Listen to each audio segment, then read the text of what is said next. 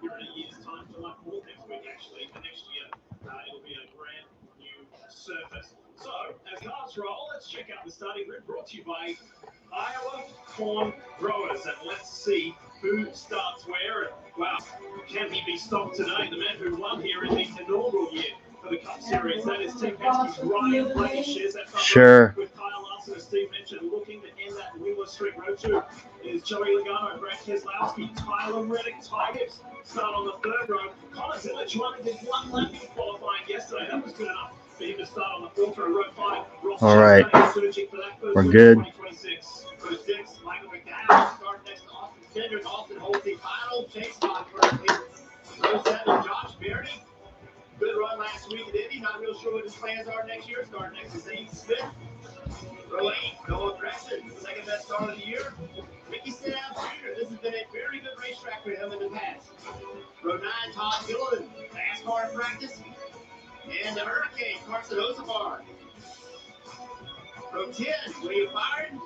Winner here last year, Chase Briscoe starting right next to him. You see back in row 11, Nemechek Bell, another big name who hasn't won this year. Same for Bubba Wallace. Back in row 13, as we look a bit further back, we heard that report by Kim Kuhn earlier in the show. Row 15, Denny Hamlin near the back already. He will fall to the back when he makes some adjustments to brake cool. And you see the final few rows with Ty Dillon, Chase Elliott, who got sent to. All right. Had to get a drink for a moment. All right. Good afternoon, everybody. This is Chase fan number 9 here, and welcome to another live stream. Today, the NASCAR Cup Series will race at Iowa Speedway for the third consecutive year. It's the Iowa Corn 350. It's 350 laps in length. Stage 1 is 70 laps. Stage 2 is 140 laps. And actually, stages 2 and 3 are 140 laps each. Ryan Blaney, who won the inaugural race at Iowa 2 years ago, starts on the pole. His teammate starts behind him, Joey Logano. Last time we raced on a short track, Logano won. North Wilkesboro, that was. Larson starts second, trying to end that winless drought. Brad Keselowski starts fourth, but I think he'll start the rear because he wrecked in qualifying yesterday. Got Reddick, Gibbs, Austin Dillon, and Connor Zilic with an 8th place starting spot. Is up there with Ross Chastain, and Eric Jones starts 10th. Unfortunately, my boy Chase Elliott starting way back there in 32nd, back there with Alex Bowman's teammate Denny Hamlin. They got their work cut out for them, that's for sure. And then Ryan Preece, who won an O'Reilly Auto Parts race at Iowa several years ago, starts back there with Cole Custer on the last row. So, yeah, time to get this thing underway. This race begins the USA, the NASCAR on USA and NBC portion of the season, and it will be that way all the way to Homestead in November. All right, time to get this race underway. Voting poll is up. I got Ryan Blaney, Christopher Bell, William Byron, and Ty Gibbs. So make sure to put your vote in because every vote counts. So with that said, let's get this thing underway, shall we?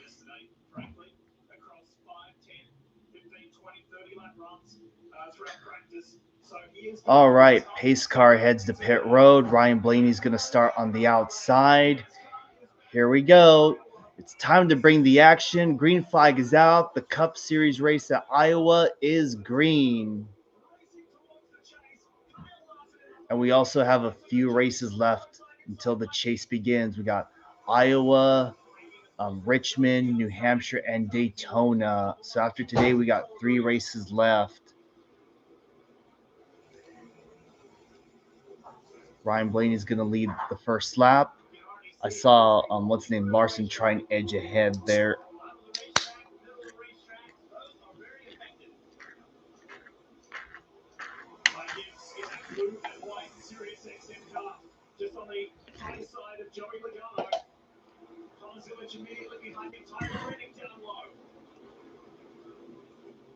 And keep an eye on the restarts in this race because I'm going to tell you this right now. After what we saw in the O'Reilly Auto Parts race yesterday, They are going to be chaotic, that's for sure.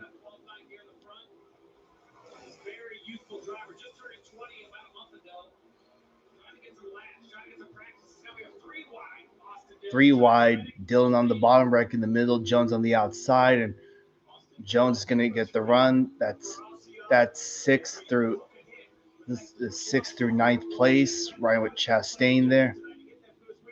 Oh, there goes Eric. Oh, crash! Reddick just crashed. And he collected Eric Jones. Reddick's done. Wow.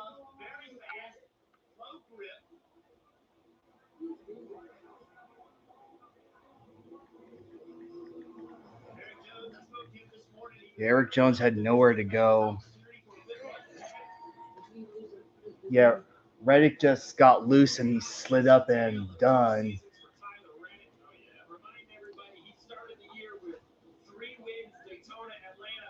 Two hands.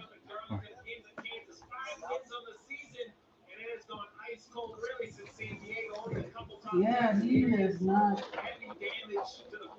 Isn't it weird how after Kansas he just stopped winning, which is kind of weird. Here's the replay. Yeah, he just got loose and bam, done. Yeah, after starting tomorrow, they're going to begin the repaving process at Iowa so that way it can be ready for next year's races, which will be on July 4th weekend. Damn shit.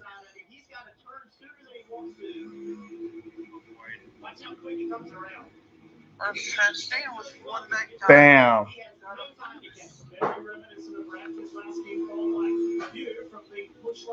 Cyrus 4, thank you for the sub. So I guess I put on the search. What?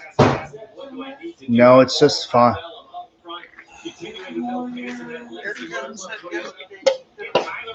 Losing underneath you, and you have heavy days. And on a day for Tyler Reddick, we talked a lot. There's been a lot of conversation about Denny Hamlin potentially having brake issues. He potentially could not have a good day. But there's an opportunity for Tyler Reddick. We'll see how Denny's day goes. But the other No, it's 2 free spots for Chase Elliott. Bam! Wow. First time I've seen a headshot into the.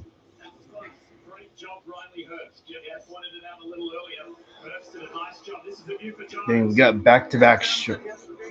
What the hell?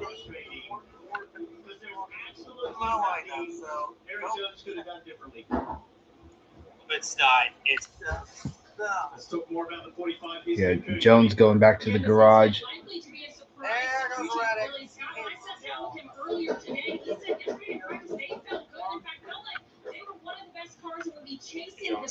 these days. That is just our luck of being a Jimmy Johnson fan these days. Both as a driver and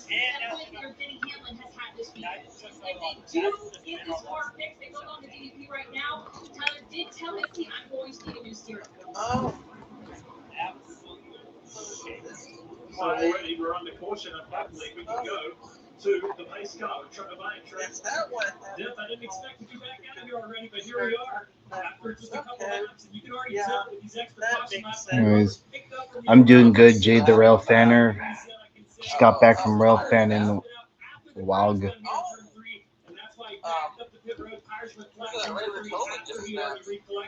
A lot going on the racetrack right now. Crazy view, guys. Unfortunate circumstance. Eric Jones, wrong place. What are you fan here?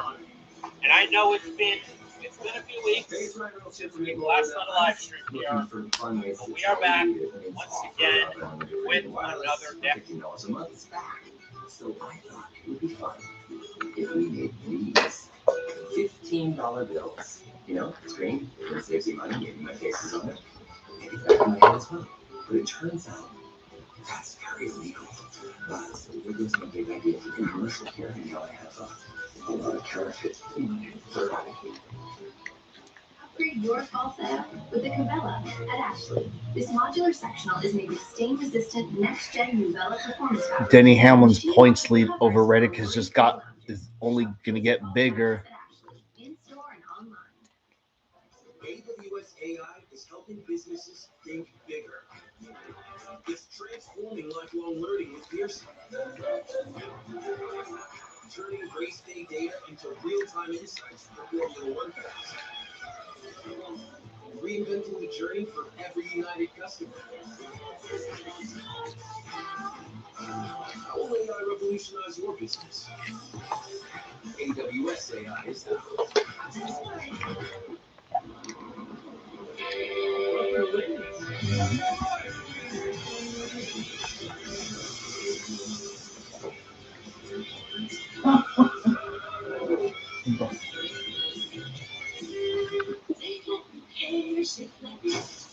A broken windshield shouldn't wreck your schedule. With Safelight, it doesn't have to. We'll come to you for free, wherever it works for you, so you're able to do your own thing, whatever that is. Safelight's complete mobile service can repair, replace, and recalibrate, even in your driveway. It's your windshield. Get it fixed your way at Safelight. For free mobile service, go to safelight.com. Safelight repairs, nothing takes. Brace yourself for something fuel-nominal.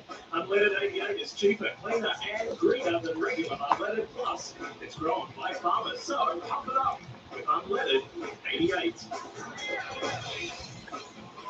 Welcome back to the Iowa Corn 350. We are under caution, unfortunately, for a collision between these two guys. Tyler Reddick to the left, Eric Jones to the right. Marty, tell us more. Well, at least it wasn't Connor Zilish this time around. 45 car, which pulled up right behind Eric Jones' car, and he immediately wanted to go over to Eric Jones, presumably to apologize for what happened there. They know that it was not Tyler Reddick's fault in this incident. But what comes to mind is what Eric Jones said earlier this week. Remember, he is below the chase cut line, and he was very clear in the media saying, one more bad finish, and in essence, our chase hopes are over. We are done, and this is certainly not what they wanted very early in the race at 43 in the garage. Marty, in pre-race, Kim gave the report on lack of brake issues for several teams, including Denny Hamlin. Well, listen to the radio after No, he thanks. started.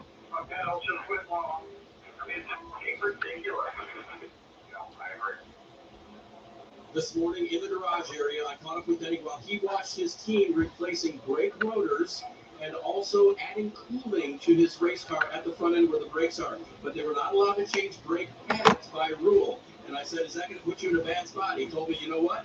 I think the only thing I'm going to be able to do is to go slow. The one part, Steve, that they wanted to change to really make a difference, they're not allowed to. And so this is going to make a big impact. Yeah, Dave, it's a great report. A lot to unpack. So basically, these cars, when they show up on the weekend, they roll through inspection, and then they are impounded. There are only a certain list of parts, pieces, and adjustments that are allowed without losing your starting position. There's also an instance where, say, the steering rack or the brake rotor has an issue. Those are single-source parts, meaning all the cars have the same ones they must buy and run. NASCAR understands because you're in a box, you go to the back when that is the situation, but you're allowed to change it. Parts like shocks, springs, even brake pads are team directed. They get to choose what to put under the hood of these cars, presumably to affect the setups. NASCAR, So they're still trying to clean stuff up. asked to change brake pads. They were denied that, even under penalty. Where this gets sticky, Jeff, is there's a conversation about safety. NASCAR did say if the pads were troubling or defective, we would allow them to change it. But if they're just running too hot and not performing, we feel that this is what the teams have had to come to. I'm a little torn on this. I understand the frustration of kids, but I also understand the point of NASCAR, which is we do not want cars showing up to just develop parts. And if we allowed everybody to just change whatever they want, even under penalty, we might have these development teams show up. So it's a complicated subject. It's important to understand why we got here. NASCAR is trying to lower some costs, make it a little bit easier for the teams to operate. And then also, I agree with you with the safety thing. That does create a conversation, right? And so how can Denny Hamlin manage All right, this coming to the restart this time around. Well, 58 to go in this stage. Yeah, keep in mind that Reddick and Jones can still come back out, so they're not completely done unless Reddick's damage looks terminal. Hey, Trevor, what's it like to be in the pace car here at the time of making the choose? Tell us your perspective. Well, I still feel in the wait. They're ready for me to move out of the way again, but watching that choose there, Blaney has not stopped working his tires the entire time. I talked about how this track is picking up the rubber every time. The rubber's not staying down. He obviously thinks the outside's going to be preferred here. We'll see how it works out for him. Ready to go. As you can see, Trevor Bain is riding in the pace car. He's riding shotgun, as they say. Anyways, pace car, it's the pit road. Back to green. Here we go. I kind of dig that new camera angle. It's like a flight. They're using a drone for that shot. So the first start, highline works great. Lawson tucks in, he's got Ty Gibbs behind, and Joey Logano down low. Great opening portion of this race for Austin Dillon. Watch the three. There it is right there.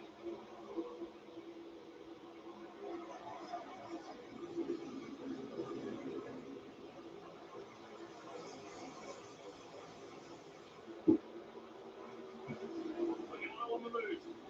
Looking for a move to second. Also, the Indy car race at Portland about to get underway soon. Oh, Larson.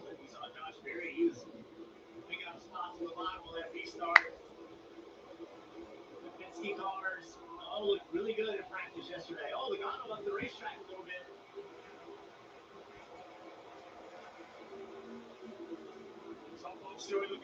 Austin Dillon up to 5th place. Zane Smith up to 8th. Josh Berry 9th. The front row motorsports teammates are in the top 10. There's the 20th, Christopher Bell. Bell sits in 16th at the moment. 3 wide with John Hunter check in the middle and McDowell on the outside. Wow. John Hunter up the racetrack. McDowell's like, hey, I'm right here.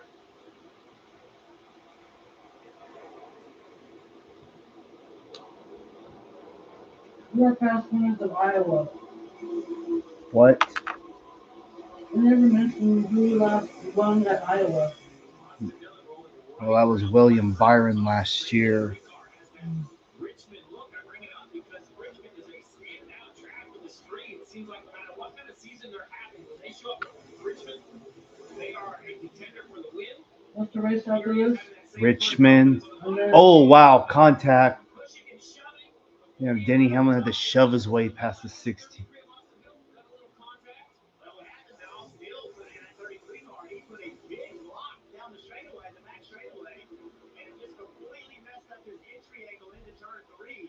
He just could not keep the car on the bottom of the racetrack.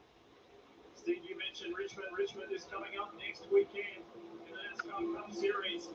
As Austin Dillon, who said, I love this place. He raced here in the early days of his career in the series leading up to Cup. And he said, anywhere where, Jeff, when there's significant tire wear, I feel I have a better chance because of my throttle control. When are they doing the Washington, D.C. race? In 2 weeks from now. That's NASCAR or F1? IndyCar. When? Hold on, let me check the calendar. August 22nd, 23rd. I'm sure Orange Man will be there. Of course he will.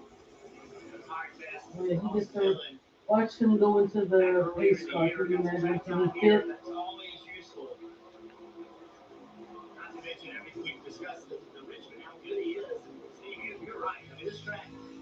Jeff Gordon says he's going to be in it? Huh? So the drivers that are going to race in it, like Jeff Gordon. How? I didn't hear anything about that.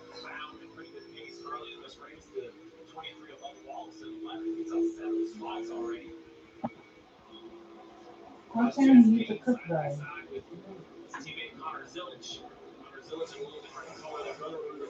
Want some more of that pasta? No thanks, I'm good. Speaking of trackhouse, congratulations to team owner Justin Marks. The MotoGP team won today in Silverstone. Incredible accomplishment for the second time this year. The miles worth pointing out as we look up the back lane of this Bushlight canvas back over Ross Chastain, back to Zane Smith. And then 2 spots behind him, Todd Gilbert. So 2 of the front row cars running very well and very competitive. There's Todd right there in the 34 that runs automobile coming off that big in-season challenge win back in Italy, the $1 million win. See You know, that isn't for points. It's just a financial game. But is that momentum? Is that a shot in the arm for a team like the 34? So far, so good. Here they are running 10. Yeah, Chase Elliott's barely gained a spot. By the way, it's worth flagging something if you hadn't seen the news earlier this week. And if this indeed comes to fruition today, you won't be surprised, Jeff. If a caution falls within the last 10 laps of either stage 1 or stage 2, that will mark the end of that stage. What are your thoughts on that amended rule? I think it's a great idea. What we saw in Indy a couple of weeks ago was a caution came, and we've seen it before as well, actually many times. Caution comes right before the end of the stage. That makes a lengthy caution. They restart the stage. Then they go and they finish the stage. That creates another caution. It's just way too much time for cars racing under green. This has an opportunity to show the fans more green flags. What? Big moment early in this race involved 23-11's multi-time winner this year and championship hopeful Tyler Reddick. He's with you. Yeah, he's out of the care center. Tyler, did the car give you any feedback before it snapped? What happened? Yeah, the 45 and 43 are done for the day. Ending a strong day. It's just not ideal, obviously. If I'm going to take myself out, that's one thing, but I still got to fellow Toyota teammate that need to have a good day. So, 100%, it's on me. Days on the road. Where? Obviously, for us, I mean, take time for that, run on and practice out of our flyhouse Camry and run to long timer probably much better. So, yeah, just leveraging our raw levels. And how we kind of figured out what we need to do for the race today. And made a killer mistake early.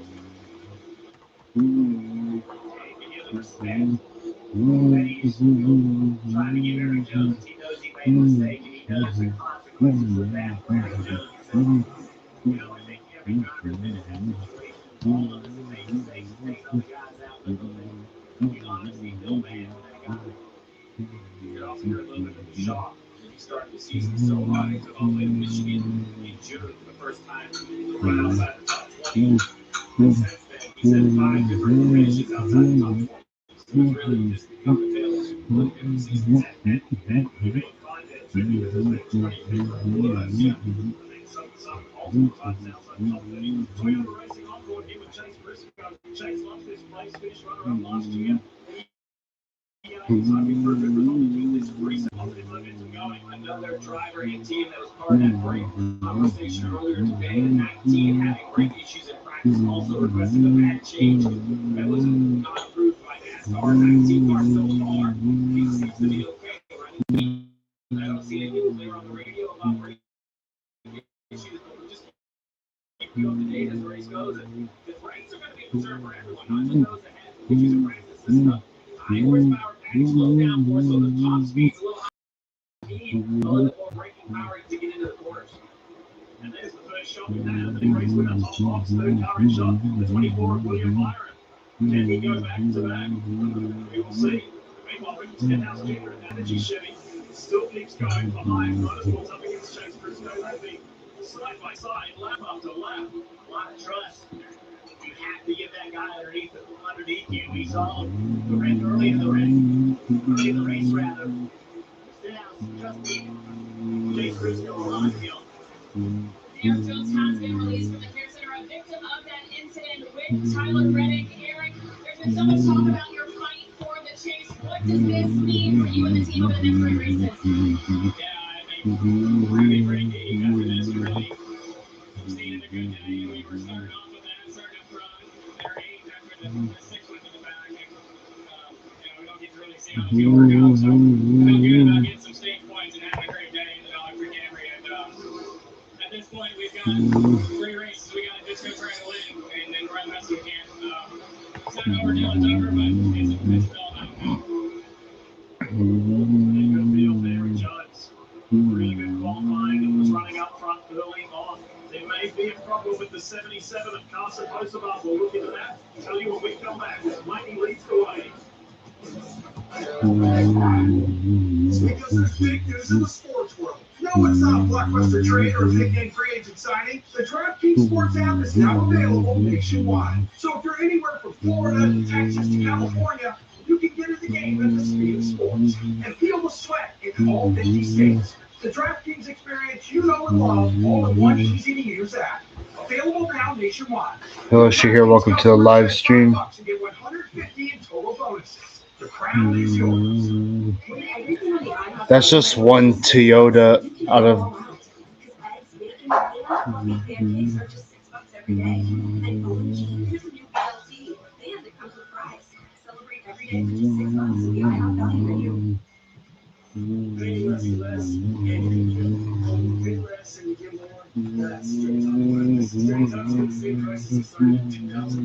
Straightforward, always. And that plan starting at just $25 a month. Official partner of NASCAR. That's right, Mom and Dad. My new boyfriend rides a motorcycle. Oh, it's just a cruiser for unwinding on the weekends. Protected by America's #1 motorcycle insurance. How responsible. Very sensible. And he has a tattoo. Temporary. Well, that's two Toyotas out of the other. Well, guess what, Mom? I chopped my hair off. Well, I stand corrected. It's lovely. No, it's not. Super cute. Very in right now. That's my rough and double. This week on USA. Visualizes toy rides. Daddy Columbus was a nasty party. Flash A. Johnson. Get it home against Azure Stevens. The Wednesday, Aldo Later kicks off as he's over to make a statement in Dallas. Then let's continue the West Coast road trip with the showdown against the Falcons. Bibles Night starts Monday at 10 on USA. Or watch anywhere on the USA app. That's an off score. Brian Whiting has built a four-run off single lead already. Speaking of good progress, it's time to have a look at which drivers are on the move. Brought to you by Bush Life. Have a look at that. There is employee and boss and rivals. Bubba Wallace, Denny Hamlin, both up 12 positions. That's some nice moving forward. Very much so. As the 11th is going to look to the inside of the 97 of SVG.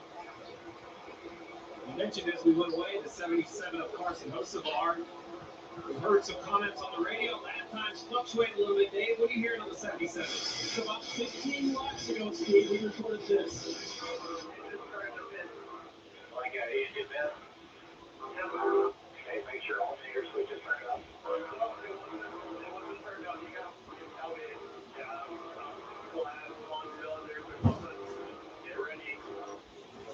Alternator switch not turned on. So, Steve, how long can these cars run?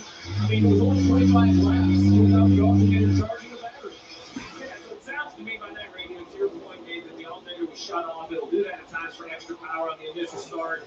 If you have brake fans, I'm not exactly sure his alternator load, but perhaps it just got low enough on literally power, like electrical power, that the car wouldn't fire completely. It was running flat. I thought it was blowing up completely because he was losing spots. It's a touch off the pace, but much closer than when he looked a few laps ago. We're just going to have to keep an eye on it. See if this is something that can change, or if it will just, over time, charge the batteries enough where it will stand at something else. But you can see how his more speed is high. You can get through the corner.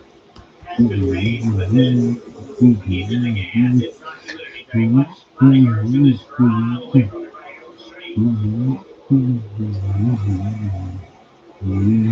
That seamless Chevrolet, the 77 50 points. Hocevar's dropped down to 21st. Let's go twice it back up the front. Top three positions being occupied by the last three champions.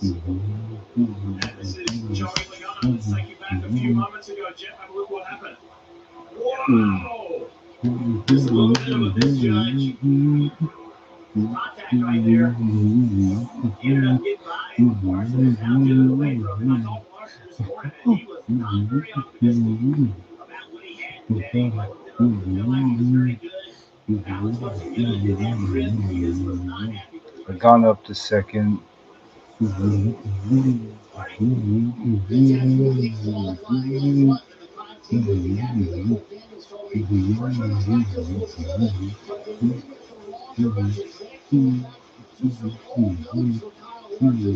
Cole Custer's got a lap down.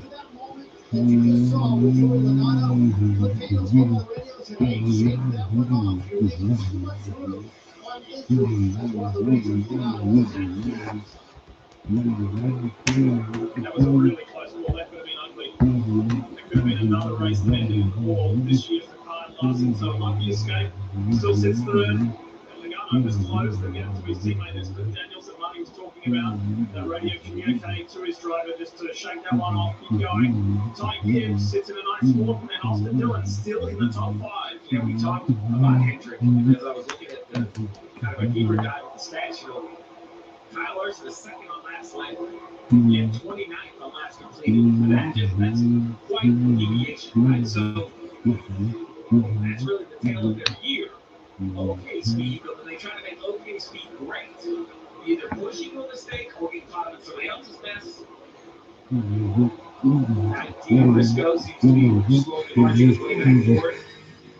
Going by the 23, Bubba Wallace team. That's Bubba Wallace up to the 13th position after starting 24th. Their first goal already completed. Charles and Andrew told me our first focus is to get in front of the four known races. We started 15th before the first pit cycle because of where they're headed. Noah been behind the 23. It would have been a major headache had Noah been ahead of them. Now there's still 20 to go in this stage, so Wallace has to hold on to this position.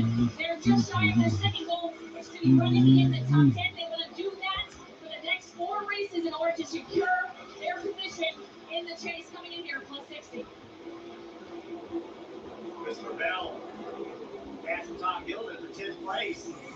Christopher did not qualify well coming into this race. That's been a kind of great theme. They missed out on a lot of stage 1 points, but a good march to the front so far. Yeah, it's got the back of the field, including Chase Elliott, the 17 of Busher, the 60 of Priest. Looks like the 7 of Suarez as well. 18 to go in the stage. This is going to be a swarm for Blaney. And just getting held up here a little, how much will that allow Joey Logano to bridge that gap of more than 3 seconds to his teammate?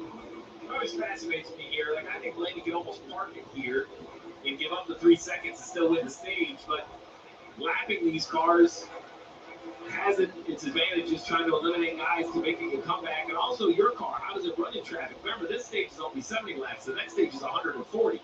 So you're absolutely going to have a pit cycle, but you're also going to have to work your way through lap traffic. So what does your car need right here as Blaney turns left and gets a run on the 9 of Chase Elliott? Oh, come on, Lapping a couple of guys here potentially who are both in the top 10 in points. Chase Elliott and ahead in the 17, Chris Busher. The lead's under 2.5 seconds. Keselowski's already a lap down. No, I'm sorry, Keselowski's oh, this is why you talked about how hard it is to pass. So Chase Elliott gets ahead of Chris Busher. Busher is now the man to be put a lap down if he doesn't do anything about this. 15 to go in stage 1 here at Iowa Speedway.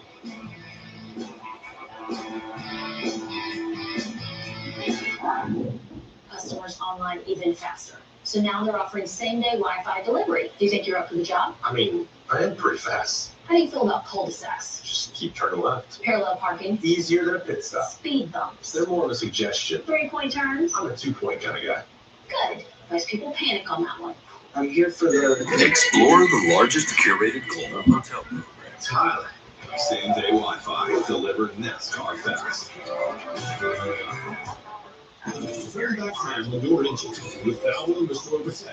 The lead's now down to 1.3 seconds now. 100% of engine claim deposits and protects against future damage. Ask for Valvoline Restore Protect at your next oil change. Kiddo, give yourself some more of that protein. Make it big and strong.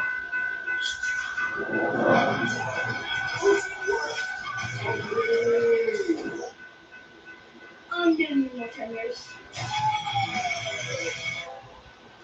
From the moment you take your first breath, you have something to prove. And boy, did you ever.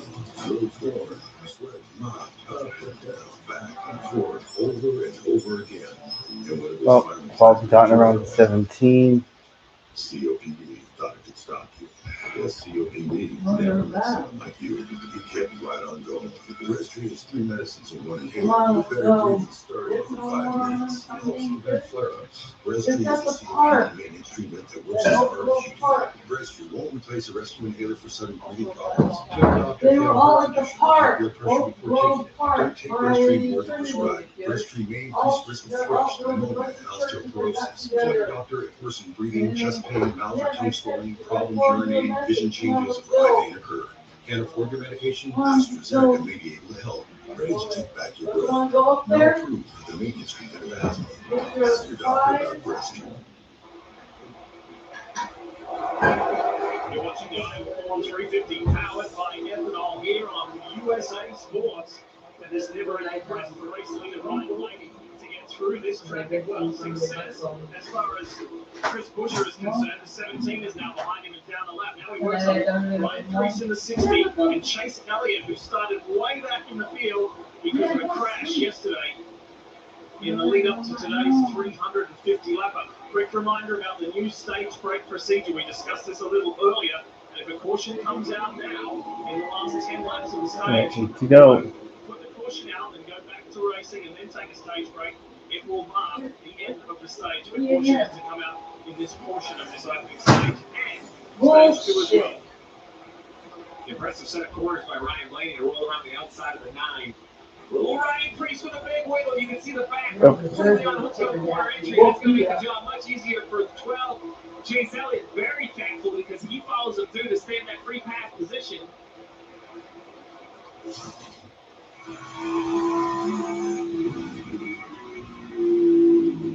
Oh, big loose. Whoa, nice Yeah, job big time loose for the 12 of Blaine. by the way. That is a handful. Yeah. Really nice job keeping the car out of the wall. He's still got the 19th place, and he has good. Zillage still holding down in the top 10. You watch it right here. He rolls the middle. Look at the speed he's able to roll the middle and pick up the throttle. I really want to see what the comparison is on a corner entry. Just a reminder, Hamilton complaining about braking issues all weekend. Even right there, the 48 can see full spots of corner entry. That's 18th and 19th.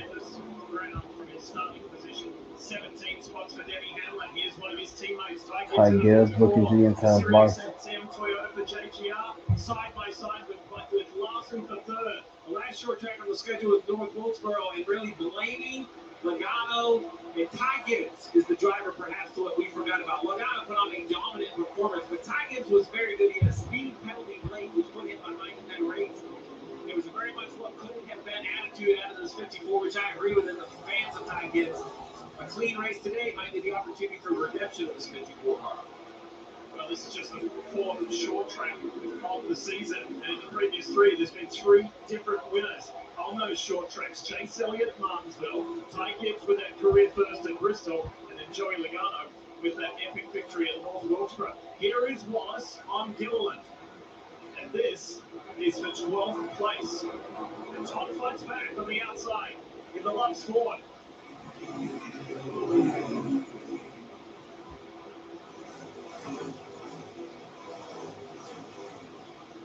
Jeff, what's it like when you come back to racing after a weekend off? How much does it rejuvenate you? The weekend off it is very much water. It is a high pressure, long season, and everybody needs a little bit of break off, a little bit of break. Watch his contact, near contact. I think that's just how rough the racetrack is. It's just so rough. The 12, Blaney has been trying to put Suarez a lap down. All right, final lap, stage 1. So Suarez being lapped will determine who the free pass car is, but I will tell you the battle behind these two is battling as well. The 9 is really locked up with the 17 of Buescher. I think they've got to sort it out at the moment they do. Chase Elliott got past the It'll be a whole 17. race, whether you kind of figure it out or not. Oh, Buescher's going to dive to the inside of the 9. He's unable to do it. The 9 will power back on the outside. Looking to the green, white checker flag. Blaney wins stage number 1. And it looks like Chase Elliott will get the free pass. All right. With his 5th stage win of the season, he's tied for the most. He came in with 160 stage points. Now let's make that 170. Putting a phenomenal start. All right, stage one results are Ryan Blaney, Joey Logano, Kyle Larson, Ty Gibbs, Austin Dillon, Ross Chastain, Christopher Bell, Chase Briscoe, Connor Zilish with some stage points, and Zane Smith finishes 10th. That's your stage one.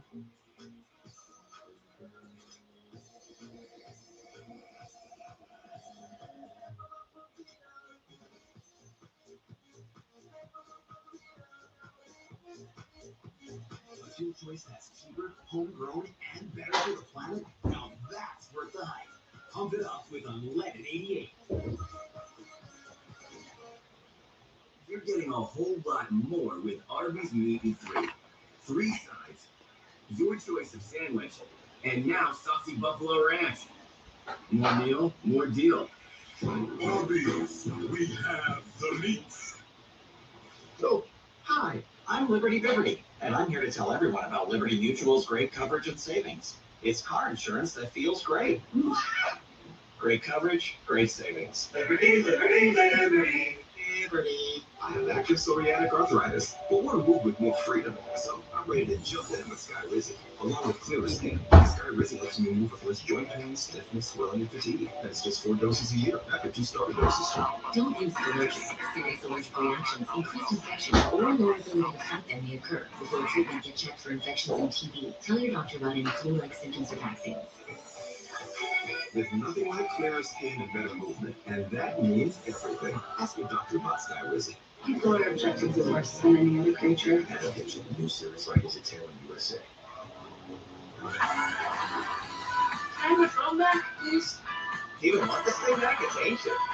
You know, Xfinity Mobile gives you phone upgrades every year. They also cover all your devices for life. Do you work for Xfinity? You used to. What if breaking your device wasn't the end of the world? Only Xfinity Mobile includes device protection for life and phone upgrades every year. Xfinity. Imagine that. Who are you people? We protect the world from this. You suffer new adventures. Magic artifacts, demon hunting. What is happening? I wish we're not dead. A will to win. We are the librarians. God, I'm thirsty. The librarians. Oh, Sundays and Mondays at 9 on TNT.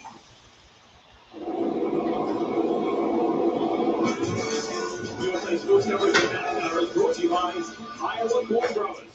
Pump unleaded 88. Growers by Iowa Corn Farmers.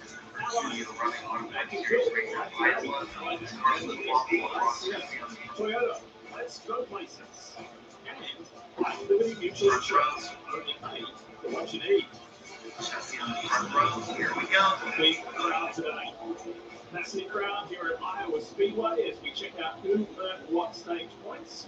Obviously, Ryan Blaney got the maximum with that domination of the opening stage, and his teammate Joey Logano continues this second half as they dive for the Busch Light pit road. Zach Burns is standing by. Nabo, take it away. Jack Gibbs started this race. Here we go. He runs in the 4th position. He said, I can't keep the right rear under me. It's just a little bit too free for what we're doing right now. 4 tires and fuel, Marty. All right. Drivers are on pit road. In the center, got a little bit too free the longer we ran. A flawless stage for his teammate Ryan Blaney, leading every lap in stage 1. He said his biggest challenge was to get the advantage of the leaders. Restart. Who gets there? John Blaney also here on pit road. Nice race off pit road. Man that's been at his front all day long. He stays in front.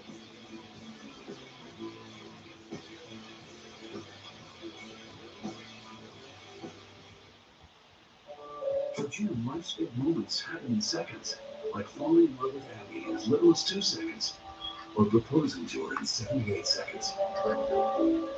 Then Jim had the hardest conversation of his life in 100 seconds when he learned that he had cancer.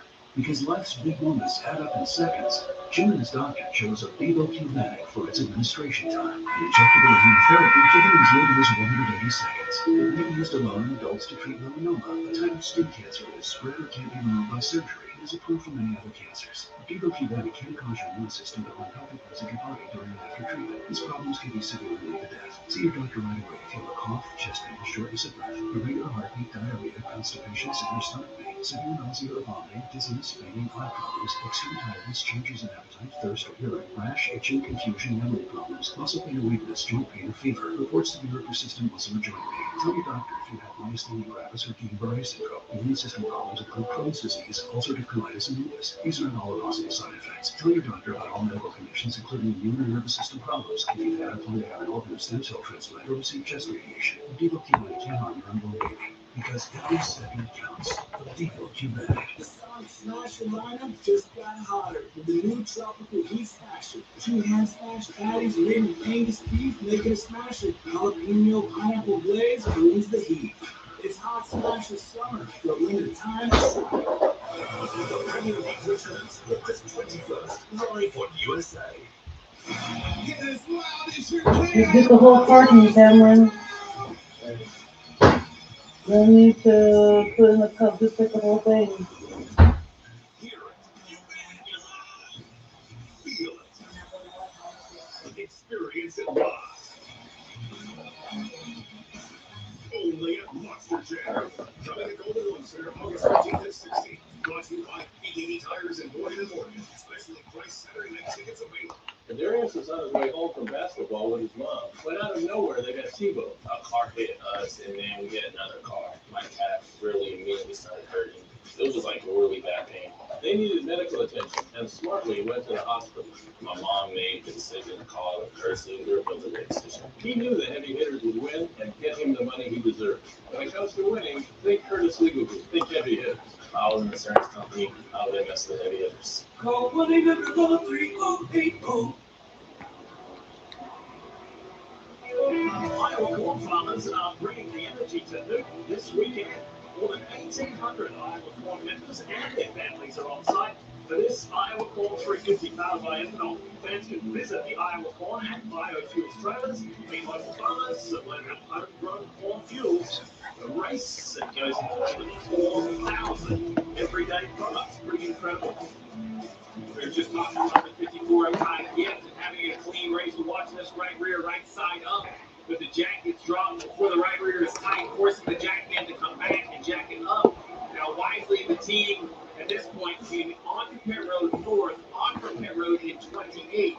So after they get down to the left side, they sit there for a minute and make a chassis adjustment. Chief Tyler Allen knows back in traffic, this 54 is going to be a big challenge. 77 also looked at that engine issue. Listen in. You think from what you heard right there that it's probably valve related and nothing that we can really do. We're going to get caught all the way back out, come back in, we're going to pop the hood and make sure there's nothing obvious that we've got door going through. Yeah, there's nothing that we can fix. So we're just going to have to plug it out. So it doesn't sound like it's battery related. Valve train, probably, I'm going to guess, valve spring or something to the upper end of the engine. Just going to be a. All right, time for stage number 2. Here we go. That was Luke Levin of the crew, shaking a quick shot off ring. Live, let's go. Ryan Blanking split all 78 laps as his teammate right alongside. Joey Logano on the low side. Fresh from his win in North Wilkesboro. Wants to keep this positive late season run going. Larson has company with Bell. Briscoe's in there. Ross Chastain had a really encouraging opening stage. He's in that light blue bush light car. Down on the low side, car 1. And Chastain did a great job in 1 and 2 of that restart. Making the fight to Larson.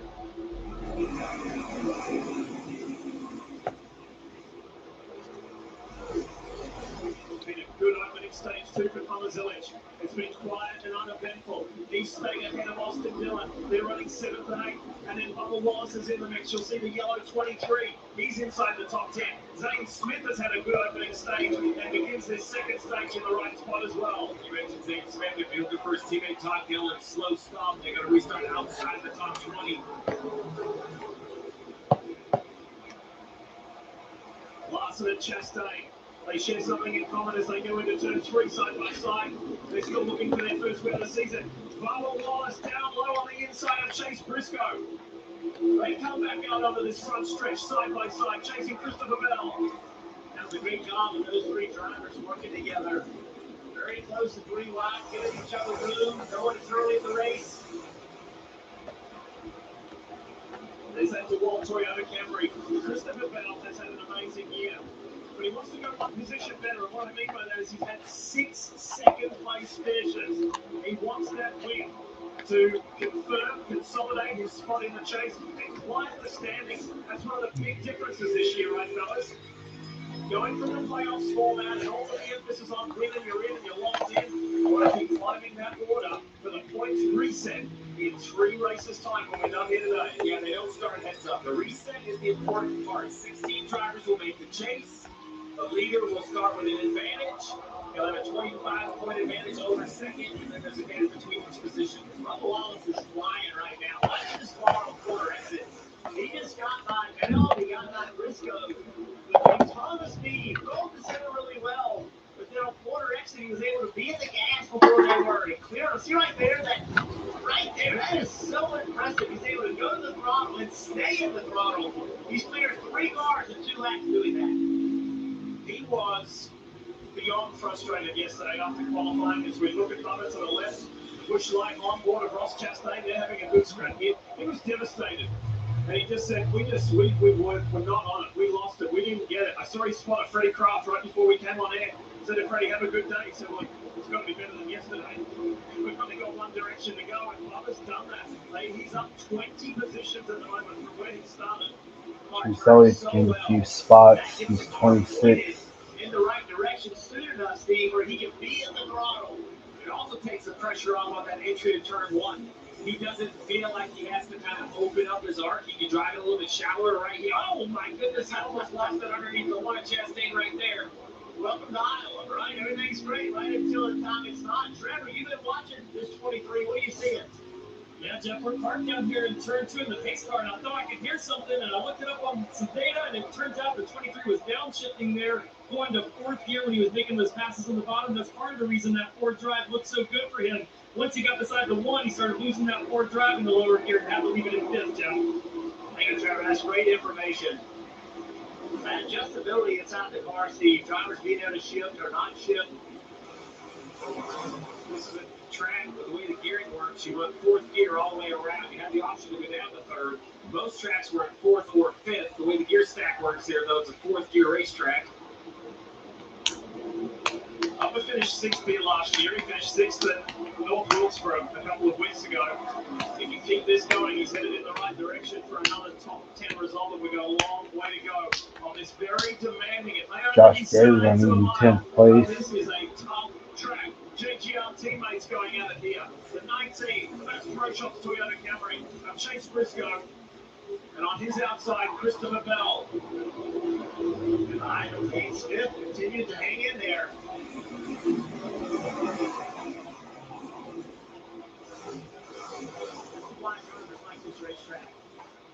Look at the complete different lines.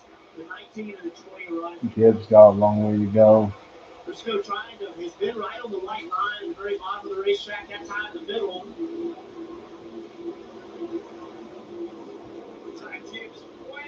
Gibbs is way high. Caution. Caution's out. Oh, SVG spun around on the exit of turn 4 or the middle of 3 and 4. SVG went for a spin. At Iowa Speedway. This is the first for today. Mark Stall, he can't get it going. See what happens. Like you said, exactly.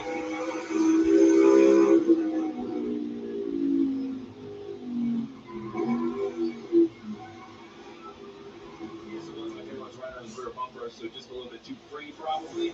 Really the first part we see on the seams and first spin. Cole Custer did a nice job to avoid any contact there. Marty, tell us more about the Red Bull Trackhouse machine. Yeah, it's been a good day for Trackhouse, except for one car inside the chase right now. And Shane Van Gisbergen finally gets the car to refire. And he said, I don't know what happened in that spin right there, but they have been having a cool shirt issue all day long, Jeff. When we talked about the temperatures, like 105 real feel here in Iowa today, and SVG said bad day for that to happen. So cool shirt is not going to work with the spin here in stage 2. Yeah, Marty, it's very uncomfortable when it's not working. If they can't get it working, they have some teams have the ability to drain that fluid out of the vest to get that hot water off the body personality of the driver. Small decisions that can completely change your day. When the caution came out at the end of the stage, Chris Buescher doesn't pit. Stays on the racetrack. He was a lap down, took the waiver out to get back on the lead lap, knowing he needed fuel in about another 20 laps. So a big gamble by the 17 car works out. He's now on the lead lap. He'll be able to service his car here. So great call by the 17 and Scott Gray staying aggressive.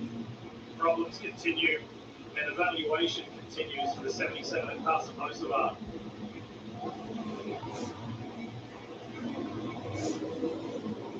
Yeah, there's just, you'll listen to the engine department to see if there's anything you can unhook, just try to get it to run all day. Not to regain the power it's lost, that's gone, especially if it's a drivetrain issue. This is a little interesting, though. 118 to go, I believe, is maybe just outside their fuel window, right on the edge, but with the difficulty to overtake, there may be some gambling, and they might think they can get to the end of the stage from here. It looks to me like the leaders believe it. Tires don't have a high value. Who in the back stays out and takes the opposite approach? I can't believe it's not a split decision, Kim. We'll watch Rochester make his stop. He I said got rid of those spiders in the green car. Oh, I used the broom. so the spiders? Yes. 17 to go in stage 2, a little too close to the window to be able to connect it, to not take advantage of this. White top tires all the way through 75 on the turn. Same for teammate Ryan Blaney. How about the front tire changer getting out of the way there? Blaney. I think Chase Elliott stayed out. Minnesota Cameron? I put one in the fridge, Mom. I don't need to be reprimanded every single. I'm not reprimanding. I'm just saying, Cameron. I buy you clothes that are 34 something, and you don't want to try and fit into you don't want to fill into those shorts. You know what I'm saying? Well, at least I'm wearing the ones you bought me. What I'm saying is, don't eat so much so you don't gain to fit into the clothes I bought you. You got what I'm saying? Yes, okay. You should also watch your weight. Okay?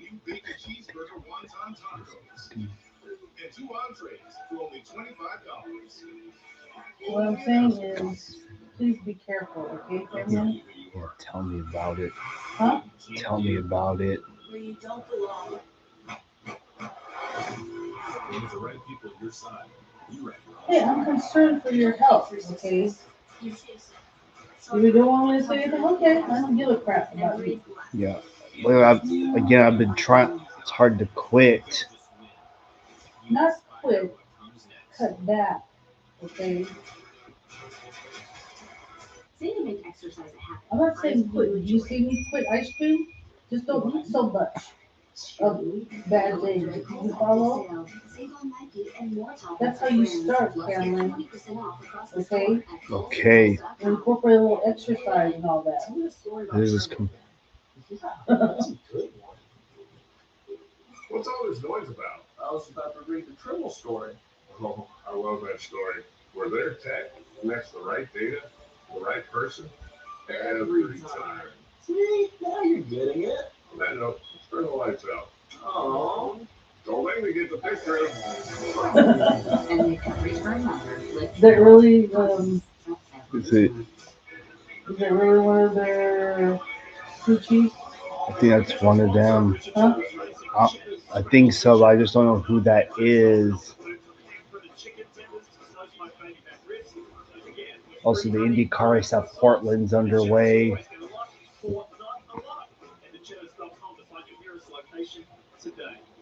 Oh my God, look at the GR86. Oh. Skid Road, the pit boxes are long, but there's so many cars Ooh, all the there's way a back. Watch right here. GRM Briscoe goes to the lead, Oh my and God. Suarez is coming into his pits. Suarez saw it, actually missed his pit stall and back up. No, it's gonna fall in the car. This cost the 19 of Briscoe quite a few spots. 7 of Suarez also back to 30th. Didn't have a whole lot of track position. Kind of the same for the 7th, but the guy that stayed out, though, Chase Elliott, I thought it'd be a split decision. The 9 of Chase Elliott, though, decides we're going to do something to get some track position here. He knows he can't make it to the end of the stage unless he gets yellows. Maybe he feels like he can stretch it. But he's going to stay Oh, that's out not on the good, racetrack, hope to run a while here and then get a yellow. So it's the third caution of the day. Is the one obviously for the stage break, 2 for incidents on track. As we join Trevor Bain inside the pace car. Take it away, Trevor. Yeah, guys, I told myself getting in this car today, I had to take in the fans, and I got to tell you, I was special. Stands are packed, like we said, but on the back stretch where we're coming up now, you've got all kinds of campers, motorhomes, a lot of great steps. These fans are rowdy, they're loving racing. And I got to thank Jesse over here for letting me ride along to get this vantage point today. That's cool. We enjoyed your perspective, that's for sure. As we get ready to go back to racing in this Iowa Colt 350 powered by ethanol. Been an incredible day for Ryan Blaney. Let's see how it continues. What is Chase Elliott doing? Well, and a friendly reminder again, folks, the leaderboard is a lap and a half ahead of me.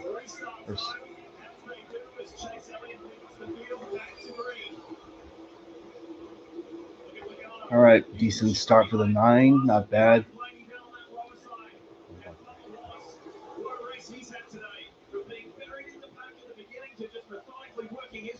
Oh wow, 4 wide back there.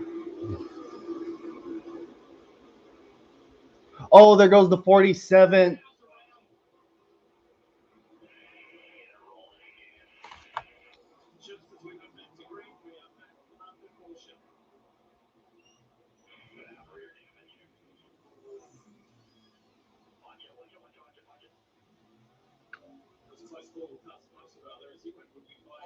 We can go 4 wide at Iowa, but might have been Austin Hill.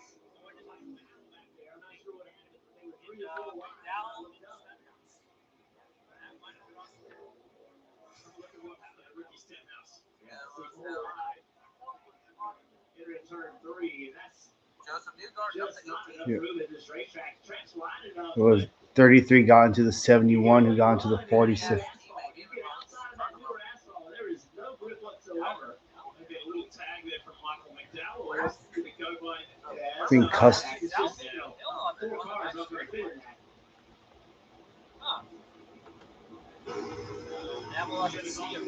SVG might get the free pass on this caution.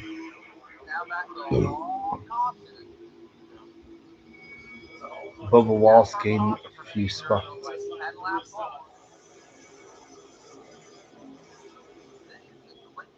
Yeah, this should be a quick yellow. Like at max 5 laps. Track position matters so much.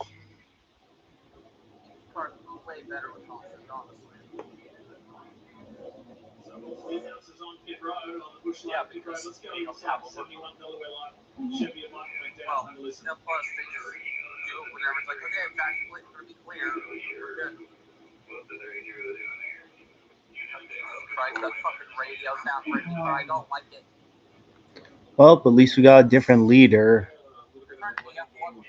Tell Ricky that I didn't mean to get in his quarter panel. I think 33 might catch the 71 here in the quarter panel. I mean, it's just a real estate situation. But there's someone under the 33, right? Yeah, there's somebody over here that I'm not sure everybody there you go. There's 33 saying 71 to 34. 34 saying, well, tell everybody else at the apron. I can't go anymore. Jeff, did you? Well, 4 wide works at Iowa. No. We did say that. Yeah. This should be a quick yellow. I threw it away. Those kids can really make a mess of summer. I can get sand in places you didn't even know your car had. Okay. So, my parents got smart and decked out the car with weather tech. Now it's basically useless in here. I think So much air. Fox And I'm needs to talking do this, something but about speed every good numbers. snacker is so shaky. A bit harsh. Louis Foster's number and Polo's This number weather tech barely will keep your car for summer. The Colonel is a punch list. The $10 win. Monday, Schumacher's number. Wednesday, wings. Thursday, tenders. Friday, nuggets again. Now that's living life to the They have fullest. Thomas Get a Poland $10 Joey. bucket of the day from KFC.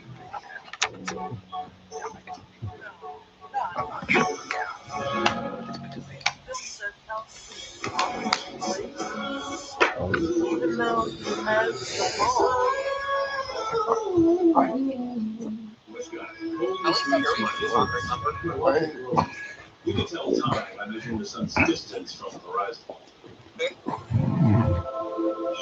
Looks like happy hour. And for the mountains.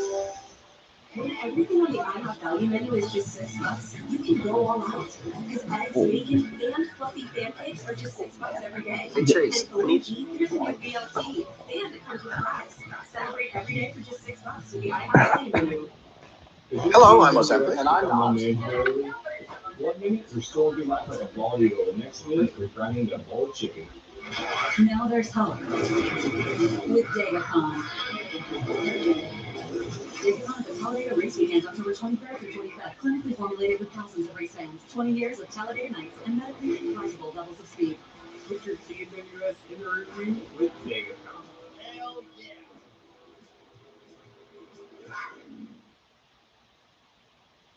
I don't think there's any way you can tell the story of America without involving NASCAR. This is unbelievably dangerous.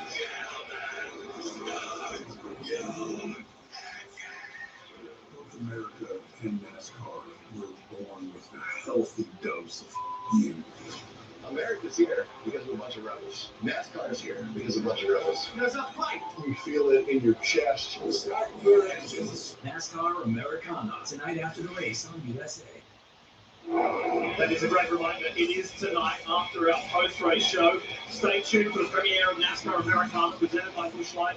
From its roots on Southern back roads to its rise as a national institution, this new docu-series explores the people, the traditions that shape the sport that we love so much. Episode 1 is Rebel Root Stevie. Lovely to see you on there. And King Bird. I got a sneak preview of it earlier this week, and it is terrific. So make sure you stick around. All right, back to green. Here we go.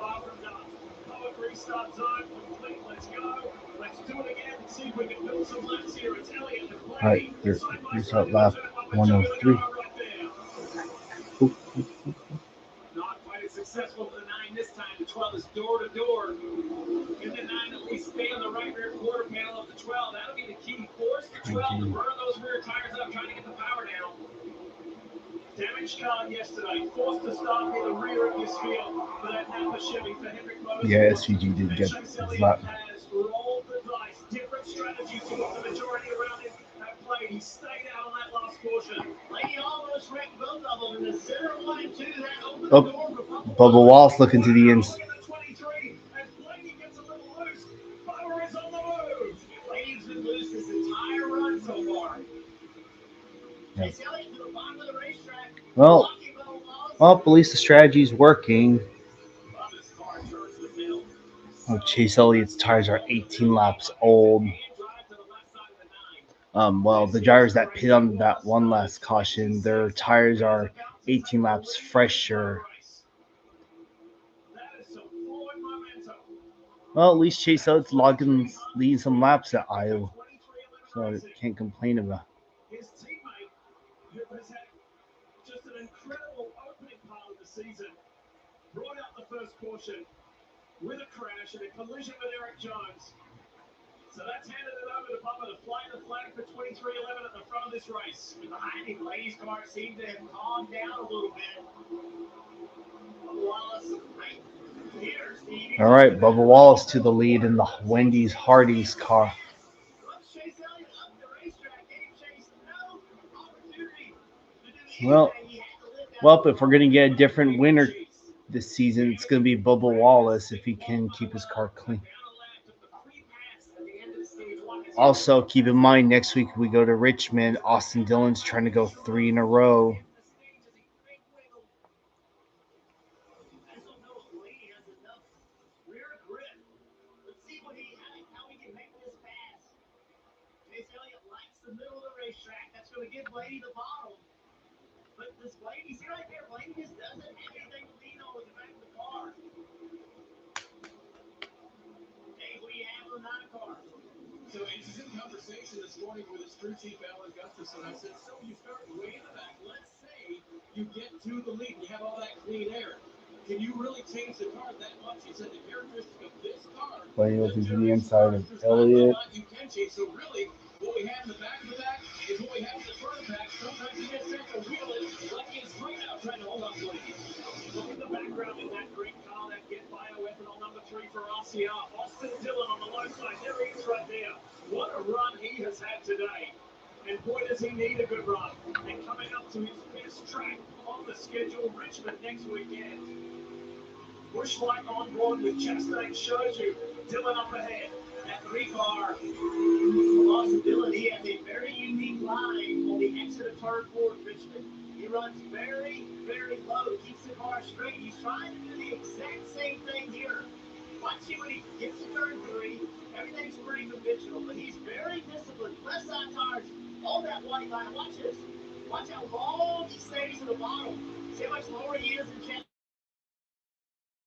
Richmond. Great memories here too. He got his first NASCAR Craftsman Truck Series victory here as Larson gets a little loose. That's the nature of this Iowa Speedway. It can catch you out in a split second. Larson's running 6th. Imagine what the car running 25th feels like. I mean, he is out of control. Austin Dillon works on Joey Logano. Elliott's got some breathing room up ahead. And then it's Wallace and Blaney. Super close together at the front. Wallace's car does a very nice job overtaking. You mentioned Blaney's challenges, but now he's in second, being able to run his own line. And I think he's been able to run the car a little straighter, allowing the tires to build. Allow things to kind of move. Bubba and Blaney both get on the same lap. By the way, he's running the corner. Now he's inching back in on the 23. And the pre-race show, he made it very clear this track's going to change a lot throughout the entire. You wonder if it's starting to free up a little bit. They're going to have to tighten it up and the back of the car settle down. But the longer this run goes, I think Bubba Wallace has some experience at Iowa in the Truck and O'Reilly Auto Parts series. that can drive a loose race car any better than the driver of that 12 car. He likes the right rear hung out, and he makes it work, Marty. Jeff, before this last caution, Ryan Blaney told Jonathan Hassler it's back to like it was in practice. To translate that, meaning the car is very twitchy. We've seen it visibly with the 12 car, Kyle Larson in the 5 car, Austin Dillon in the 3 car. I don't know if I've ever seen so much sketchiness as we have here in practice with these cars. You can visibly see it, Steve. Where would you rank this racetrack in terms of a challenge and just keeping the car handling well for a crew chief and a driver? Well, I think the key is it's not going to handle well. I think you have 2 choices, twitchy or slow. What do you want to be? If you want your car to not twitch, then it just doesn't turn. You have to wait on those front tires. And when we talk about this racetrack, Todd Gordon, MRN, Championship Crew Chief, I was calling it a short track, and he corrected me. He goes, it's the smallest intermediate track we run. He goes, it's a momentum racetrack. He had run here in other series. He was very passionate about how you were good here was to roll the middle, and your driver had to put up with the looseness. Everything he said is what's showing on the racetrack today. But I called Ryan Blaney earlier this week because he's so good here, and I asked him why, and he said it's all about turn 1. You have to tolerate the looseness into turn 1. Oh, wow, that was a Yeah, Bell got loose. I thought that was going to be a dead ender for Bell. He gets it back in. Good job with that. Looking at the ninth here between the teammates Christopher Bell, Denny Hamlin, and the driver, you're like, I'm glad somebody saw that because I thought that was pretty impressive. Good save. Oh, wow. That's some dirt track experience right there. Maybe a little touch with the 5. Let's have a look.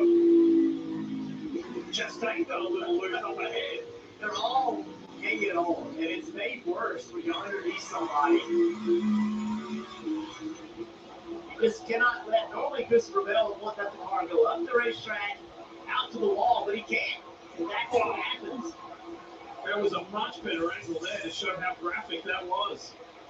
And yet again, Larson and Bell find each other. They don't have to doing that this year. Look at this shot. Where there's been a little push and shove. What a day for Ross Chastain, by the way, with a special paint scheme. It's for the farmers, Bushlight partnership with Farm Rescue. And he's having the day he's needed. I was thinking the same thing. So dejected. We just asked about qualifying. Simple questions. Only catch you have to be down there between the hours of 1 and 2 points. That's when the trains are parked through. We have to be faster. If we're faster, the points will come. You see on the left side of the screen, 19, 52 behind. It seems Sometimes they can get hard. Soon, cars like he's driving today. Cars that can run I inside want the to top be 5 or able 6, to score try those and stage catch the points too. ILTOD We have again seen in somewhere this system eventually one of these stage days. points and wins. You I lost love it yourself at on the the standings. first because Just of watch Joey Logano do the it. Pit stops. I think Joey Logano was going to make the chase, and he just found a way to gain points for the race. Not only is Chastain having a good day, so is his teammate Connor Phillips. You know, it's been an horrendous year in this young man. He came into the year, everybody thought this guy is going to light it up. He is 34th in points, and only one car behind him. And he not only has it been a tough year, he hasn't caught any breaks whatsoever. So a really good start of this race for him as well. Wallace leads up to starting 26th in his Iowa Form 350. Customers online even faster. So now they're offering same-day Wi-Fi delivery. Do you think you're up for the job? I mean, I am pretty fast. How do you feel about cul-de-sacs? Just keep turning left. Parallel parking? Easier than a pit stop. Speed bumps? They're more of a suggestion. Three-point turns? I'm a 2-point kind of guy. Good. Most people panic on that one. I'm here for the interview. Oh, well. Tyler, same-day Wi-Fi delivered NASCAR fast. What's got golden smooth smile tears. You don't have a fish hook, try a beer tap.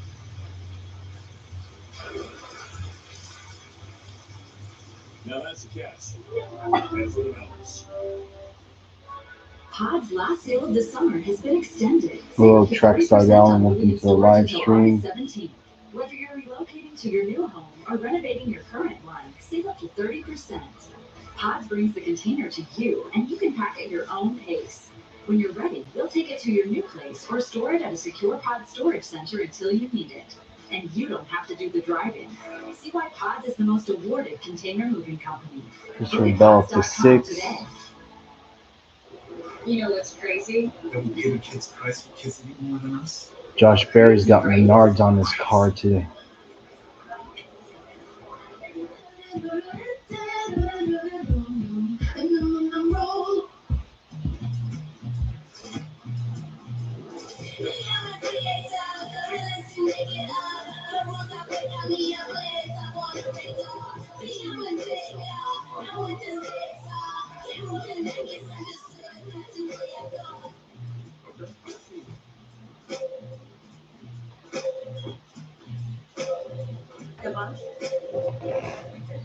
The all-electric CHR. Felix Rosenquist is still leading. NASCAR on USA Sports, and you're watching the Iowa Form 350 powered by ethanol here at Iowa Speedway.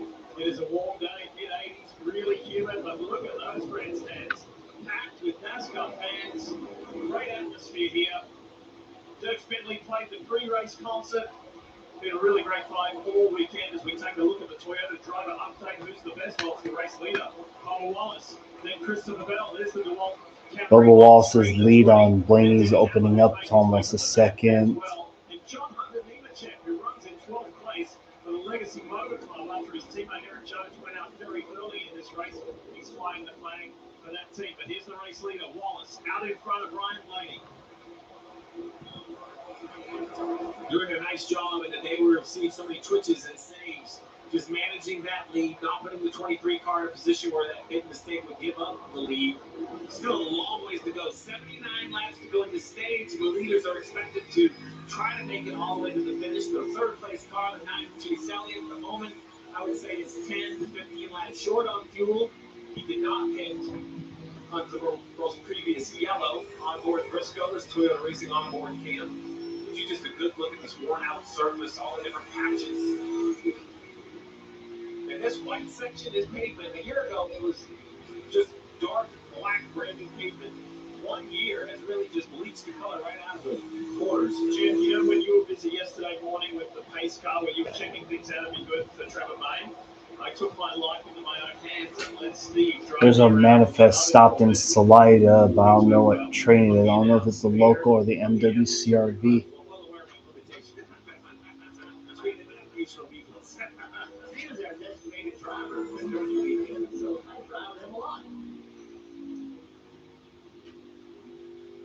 Hey, Marty, things don't seem to be going to plan for the 5 of Kyle Larson. He finds himself back in 10th place at the moment. Yeah, Lee, and this green flag run is only 31 laps old. Larson went from 5th to now 10th, as you mentioned. What's going on? Listen in.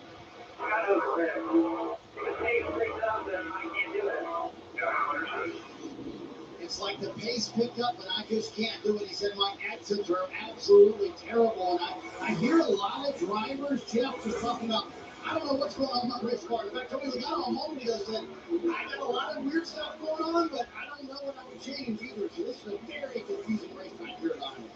Well, it's rough, it's low grip, and it's exceptionally fast. This is a fast, quote-unquote, short track. You just talked about the debate. Is it a short track or not? It is one of the most challenging racetracks we go to. It's fun to watch it. It's fun to watch the drivers have to struggle. Well, this is the conversation Dale, Jared, and I had pre-race about Hendrick Motorsports. I'll use the word potential. They're ceiling. How fast the cars can go just seems to be short of what the garage and the fan base, myself, just expected a Hendrick from the last couple decades. I mean, these guys kind of set the bar on pace. The trick now for me is to continue to make improvements, which they're going to try. Some teams are going to keep working on it. But encourage your driver to stay within the limits of the 5 car, not push yourselves into a mistake. Can't help but feel enthused and encouraged for Austin Dillon. There's only been 2 top 10 results this season. As we look at the bush light on board for Ross Chastain, looking at Dillon running in 6th.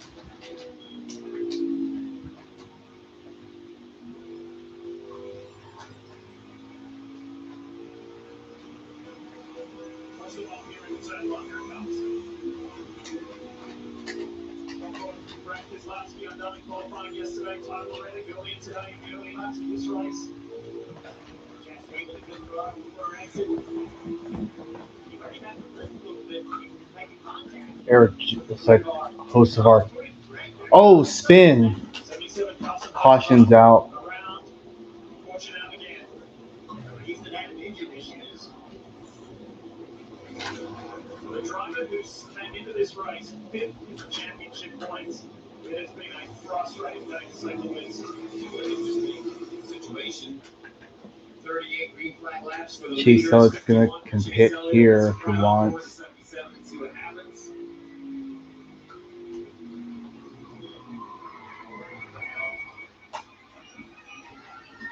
Just spins around. Seems like it's just too loose. Trying to make pace. You know, when you are low power, It's like he got on the seams. trying to do this, actually get through the corner, actually faster than you normally would. The corner entry speed is down, but it allows you to carry more speed to the center. And you just wonder if, Carson's out there saying, hey, I know we're having a bad day, but I'm going to just go burn as much as I can and get as many laps as I can, even though we're having this issue. Just came around on it.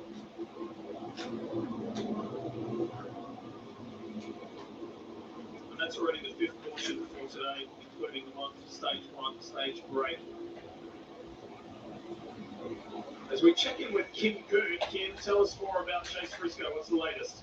Yeah, Dick, we talked about the brake issues the Toyotas had yesterday in practice during our pre-race, one of those being the 19, James Small telling me he felt like it would manifest early. There was still a problem about lap 30. That did not happen. Instead, it took a little bit longer. Around lap 120, it finally started to show up. Take a listen to the radio. Make sure you're staying all still after trail. You heard the guidance they just gave Chase. He didn't say anything after that lap 120 radio, but Davis teammate Denny Hamlin also had brake issues. Where did they stand? He complained early on, Kim, but it's since lap 30. It's been over 100 laps since Denny has said anything about the brakes. In fact, his crew chief, Chris Gale, said to check the bias one time or maybe change it. I kind of juggled. Well, so he has brakes. Jeff Burton, they're coming to pit road, but you have to change your driving style sometime to adapt, don't you? You really do, and I think the biggest thing for these teams is they don't really know how to deal with it, right? You go into most races with a plan, but this was an unknown issue with the brake pads. They don't really know how to manage it, but Denny Hamlin is one of the best at adapting and just focusing on what he needs to get done. Yeah, they come to the bush light pit road. This has been a gift for Chase Elliott. He's going to have to take more fuel than everybody else, but this was a gift. Oh, looks like they're all coming in. As well, and he'll get 4 of them here. He said on the last run it was okay once I settled in. Barely felt some air pressure from the right rear. He didn't like. He's trying to get some better air pressure for takeoff, Kim. Bubba Wallace happy with the balance and speed of that race car. Little brake shake, but very minor. He said it is worth noting they had a cracked front rotor yesterday. They didn't change that. Not too big of an issue though for them at the JDR Speedway this morning. So clearly, we were not very good on two tires. It's a very inconsistent that entire run. Way too snappy loose. You see a varying pit strategy. Some saying out, some going for two, and some. Bubba lost a ton of spots. Call for the 9 got track position, execution issues though. Clean on the right side. Jack drops over to the left. Here you go. You're gonna see Jack up, left front off, but slow. They're gonna drop the Jack with no left front stall. He pulls forward, a little damage to the fender. Now he has jacked up all of that hard work for Chase Elliott. Now gone behind them. We'll have to see where he restarts.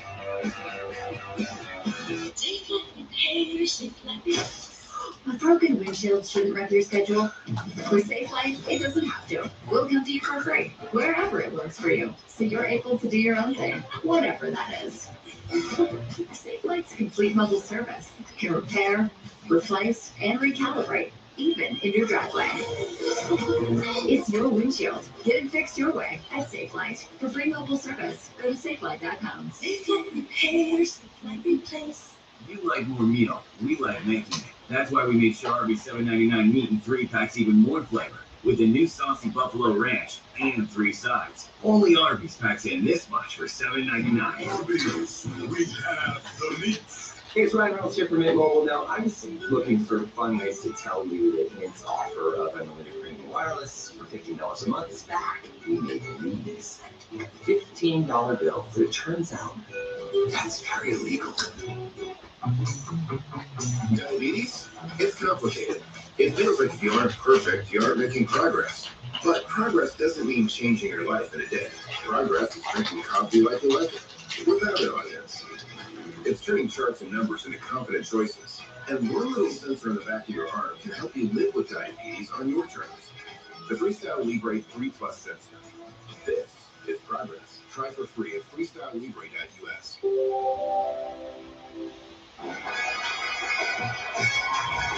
Your game day is on USA.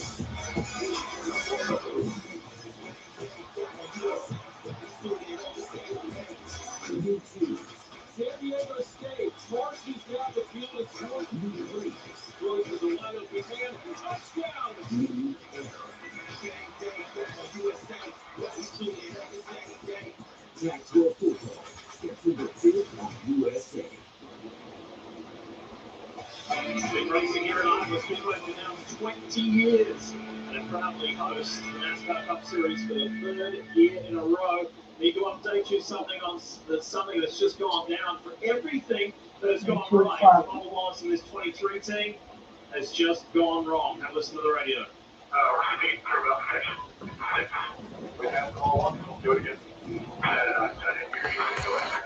Oh man.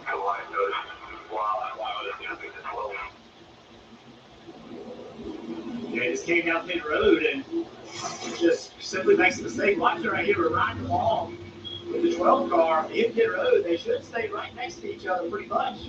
23 just drives off. But then I feel like Bubba knows it. That's right there. He starts slowing down. Either the wrong gear, looking at the wrong thing. To your point, it was clear to Bubba that some sort of error was made.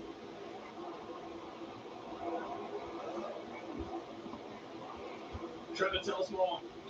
Yeah, you guys are exactly right. You can see where Bubba Wallace gets on the brakes a little bit when he realizes about 10 stalls before it is that he's going a little fast. That's an easy mistake to make, guys. When you're looking for your pit sign, you're leading the race. A lot of nerves, but it's going to be a costly one for that 23 team. The UP manifest with that blue and white locomotive departed Fresno. I think they might work at Stockton before hitting the roads. All right. Time to restart this race. Teammates are running 1, 2, 3 right now. What a day this could be for the championship points leader, Denny Hamlin. sent to the back with well documented the brake issues from yesterday and the concern overnight and the beginning of the day today. And here he is leading. Look at Damn, Larson way up the track. Oh, there it goes. Bowman's in the wall. Caution's out. wrong place, wrong time, and a consequence of getting out of shape earlier. Yeah, I got the bottom, didn't know he was 4-1. Oh, the 4-5 looks to be very frustrated with the 42 of Jonathan Nemechek. Yeah. On that restart, Larson jumped up on the outside, and he was trying to pass a lot of cars right on the edge of that old asphalt versus the new asphalt. So right on the restart, look at Larson. He is already pushing the issue. And there's Jonathan Nemechek. They're side by side. Does Nemechek go high?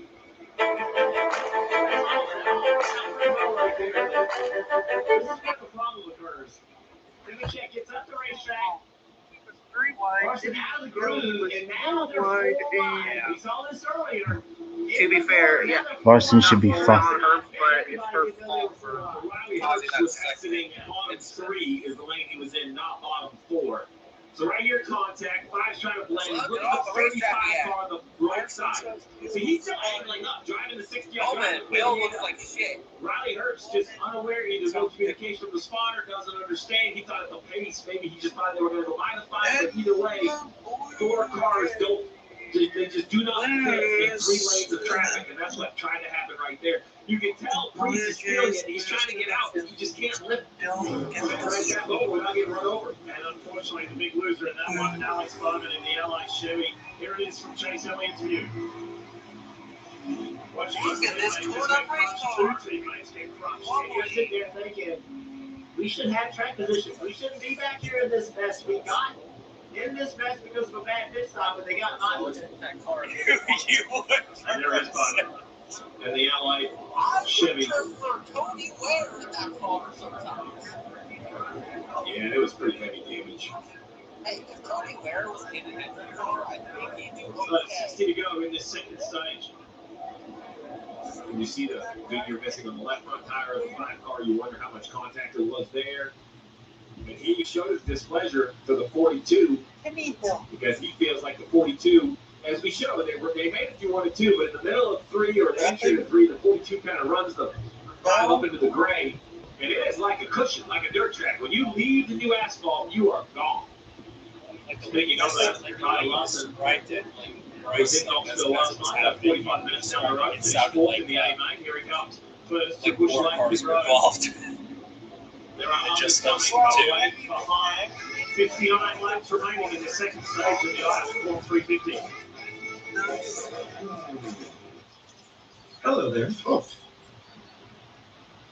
And I'm sorry. Who are you? I'm Liberty Bibberty, and I'm here to tell everyone it feels great getting great coverage and savings on car insurance with Liberty Mutual. What was that?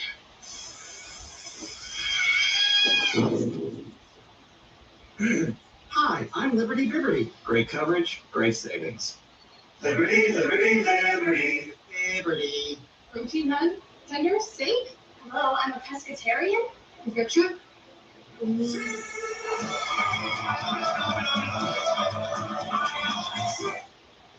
Oh, garlic farm. That's Chevy. Racing's in our blood. It's the standard we live by. More than 100 years of precision. Oh, what happened? Excellence.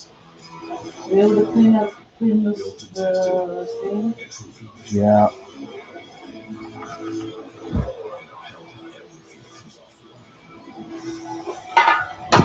That's what Chevy's all about. Clean to the best of my ability.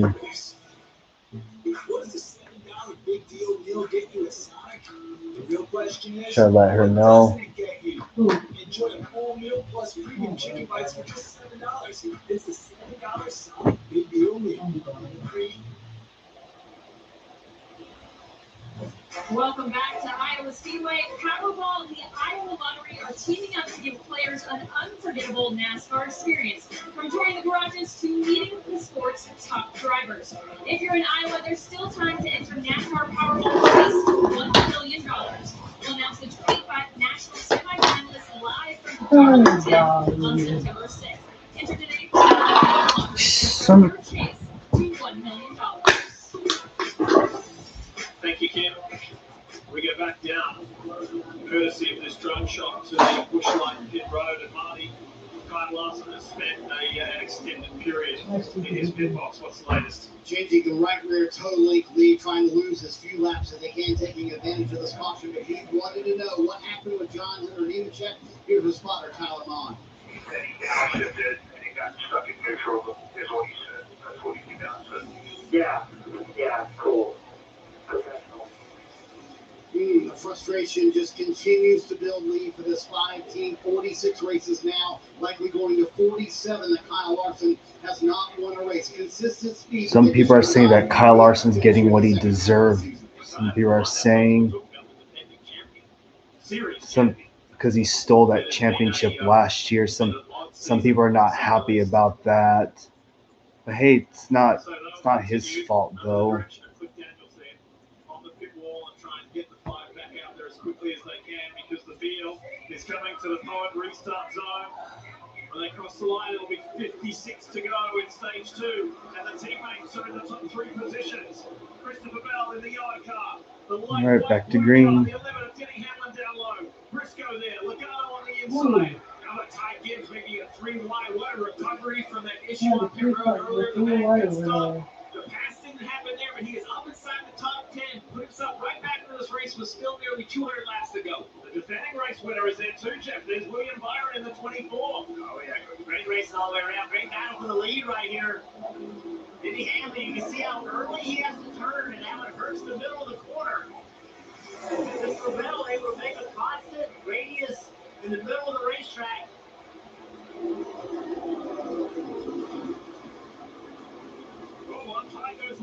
Yep. He is super loose on restarts. Every time they drop the green flag, he has his hands full. He's going to be trapped in that dirty air. If he can stay there, it makes the exit very difficult. Hamlin jumps back in line using that extra real estate. Will we start this day saying the 19 and 11 may not even be? Yeah, 20 laps and after big change brakes, and here they are battling for the lead. Where was that race last year? Well, they come to contact, just slight contact between Briscoe and Hamlin. Where was that race last year? Remember when Denny didn't have any power steering? He always won the race. Chase Elliott had flying through on the inside, snatched it away right on the line. It's Joe Gibbs racing 1, 2, and 3 before you pick up Team Penske's Joey Logano. Look at this, Zane Smith in the 38, Connor Zillage, and then Michael McDowell. This is all happening in the top 10. Smith's up to 7, Zillage 8. It's been a very consistent day for both those drivers. Front Row Motorsports and Trackhouse. I'm going to go Gregson. He's at 10. There he is in that 4 car. Ty Gibbs trying to get around him on the outside. A very challenging year for Noah Gregson.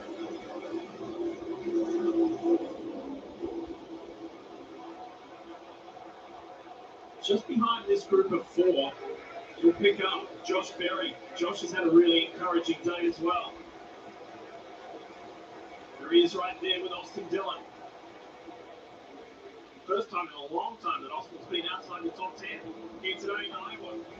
3 wide coming on turn 4. Michael McDowell at the 71, the Delaware line. Chevy for Spire. He's got Tiger to the middle. Live stream's been quiet today.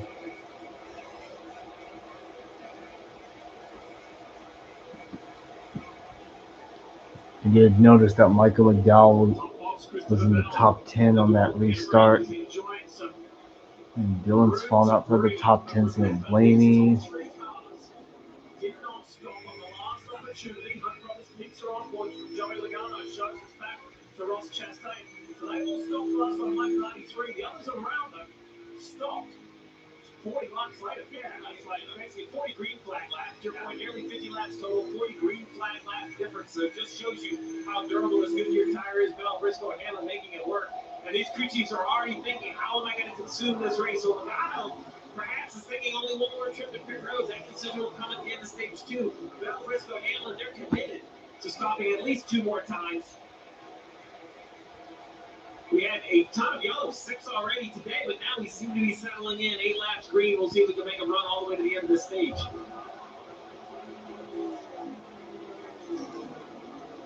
Trevor Bayne.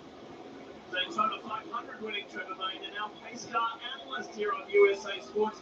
He's got some observations on the 11. Take it away, Trevor. Yeah, dude, because we've been watching that 11 car with those brake issues, just looking at his driving style and how he's adapted. He started rolling out of the gas a lot sooner into the corner, just a slow rollout. We hear about the asphalt difference from entry to landing and how you need to manage that. That is the tool he's used to make these brakes last. It creates an opportunity to use a little less brake pressure initially, which is helping that temperature. What it does, though, it hurts him on the short run because he's lifting early. On the long run, it kind of pays off like fuel saving. You know how that goes, right, Steve and Jeff? That's right. On short runs, you want to use as much brake as you can, drive even those tires with air pressure up. But when you do that, sometimes it hurts the tires, and it makes it where it's not as good on the long run. Denny Hamlin, already one of the very best in the business on long runs. He's just adapting. That's just what Denny Hamlin does at this point in his career. He finds a way.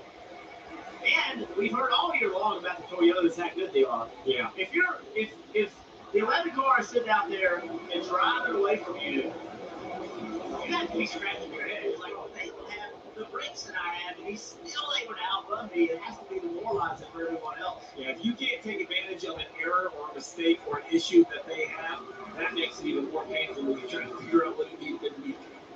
That right here. You mentioned Josh Berry, that 21 car a little bit ago. I had a conversation with Josh this morning and just said, hey, what's going on for next year? And he said, look, I'm racing for my racing career. I don't know what's going on for next year, but I've been in this position my entire career. It doesn't bother me. I'm comfortable in the uncomfortable. And I'm just going to go out and race hard and see what happens. There's a few drivers. I mean, Zane Smith has done a nice job keeping that track position. I'm looking at the pipeline right in 7th. Zillage in 9th still. For a year that everything's gone wrong, he's trying to make the most of a run that has been good all weekend long. Noah Gregson up to 13th. Ty Dillon 15th. Just a little bit of a mix. Josh Berry is continuing to ascend to 71. Some further back in the order. Puts it all over her pockets and her clothes. Don't forget, the mic is on. Well, Alex Palou's in the lead right now for the IndyCar race.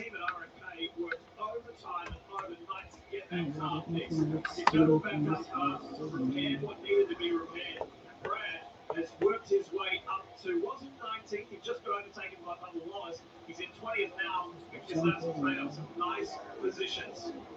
Let's see how the race works out for him. Just got overtaken now, Bubba Wallace goes past one of his teammates and his employees. Bubba Wallace is up to 18th. And there's Bubba. Bubba said on the radio after that pit lane speeding violation, hey, we passed them all once, we can do it again. And Jeff, he is. They got a really fast race car today. Come on, Bubba. He's picked up 9 spots. Good job. He's driven up to 18. Let's compare that. Chase Elliott, remember he had that bad pit stop, and he is still fired back in 26. So Chase Elliott's not able to move forward. Bubba Wallace is. Don't expect to see a pit stop like that from this 9 team. And the best pit stop, best pit through the whole pit road. That just happens. It's competition, and they're trying to have the fastest stop possible. Nice thinking. Also a ton of track position. He cannot seem to get it back in. It's scalding my head. A little head scratcher for the two of Austin Cindric. Had a decent qualifying, was at the front field early on, and then he finds himself now at 25th position. He was not very confident this morning when I spoke to him. He was a little bit nervous about today. He's keeping his eye on those points. He is, when we came to this race, 16th, the last guy in the chase. He cannot have a lot of bad days.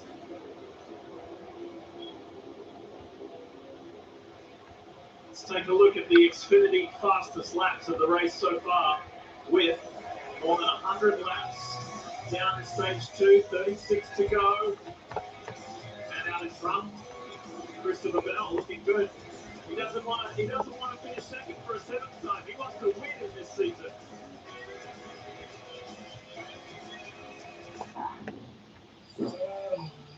I can't sleep.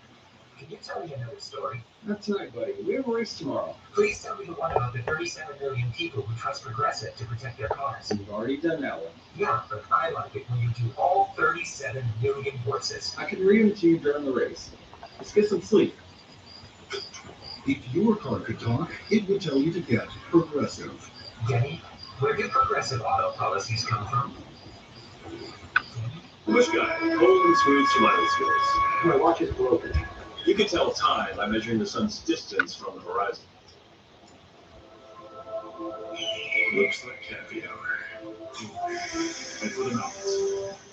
This summer is taking a trip with the tropical heat sun smasher. Here's the jalapeno pineapple glaze and the tropical cream slush with coconut and pineapple. Try the tropical duo this summer sun. Let's have my shoulders untouchable. We touch their lights.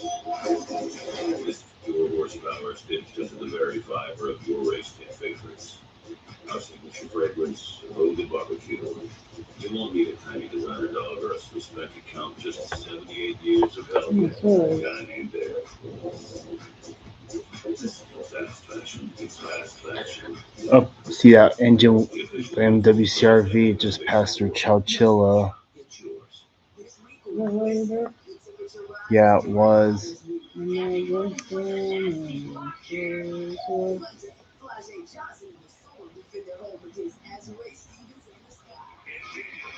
Wisdom, our doubleheader kicks off as the Tempo look to make a statement in Dallas. Then the Skyers into their West Coast road trip with a showdown against the Valkyries. Drivers Week starts Monday at 10 on USA. Or watch anywhere on the USA app. You're looking at race leader in this Iowa Quad 350 powered by ethanol, Christopher Bell. He's had to work his way through traffic. The team decided that they would stay out, they being him and his JGR teammates, Chase Briscoe and Denny Hamlin. They stayed out when everybody else did it. All the Gibbs cars are in the top 10. Then Ross Chastain there, we pick up William Byron, the 24, the defending race winner here in Iowa. Just ahead of Ty Gibbs, who has staged a very impressive comeback. Dave Burns, talk more about the 54. When I talked to Tyler Allen, his crew chief this morning, I said, you're in a Toyota, you work for Joe Gibbs, what about braking issues? He said, not this car, not this weekend, not this year at Ty Gibbs. We'll go for the spot right here and get for William Byron at 46th position. He said this year Ty has done extremely well about managing his brakes. And this race, this weekend, has been another good example of that.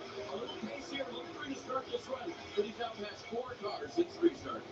Ty Gibbs had a really good year. 4th in points. I think this young man and this team, I think they can be a threat when this chase starts. They are consistent. Ty Gibbs he isn't making mistakes. He's driving with speed, but also maturity. I really believe this team has an opportunity to shock the world and contend for this championship. There is a feeling within the team in the garage area that the young man is growing up and he's maturing. How much did that win do for him at Bristol earlier this year, Steve? I think you're seeing it right here with this recovery, and this is not the first. And had some adversity throughout races this year. Obviously, he has a big wiggle right there. You know what? I agree, Ty. Very loose. You got my vote on a loose. But I would just say that when adversity's thrown his way, he just goes back to work. The emotional reaction isn't there, which we saw in years past. He's putting his talent on display, which is what you need the race car drivers to do. What I like about that is the lap before that big twitch, he was the fastest car on the racetrack. And then he had that moment, and he lost 2/10 of a second.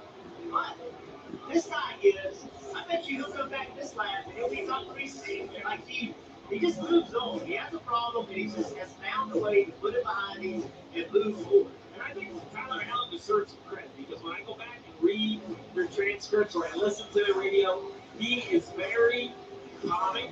He doesn't stoke the emotional fire. He's reassuring. He lets Brian know he's not out there by himself. Like right there, I just had to admit, man, I'm so lucid. And I appreciate you can take that offensive or you can support your drivers as man, I see it.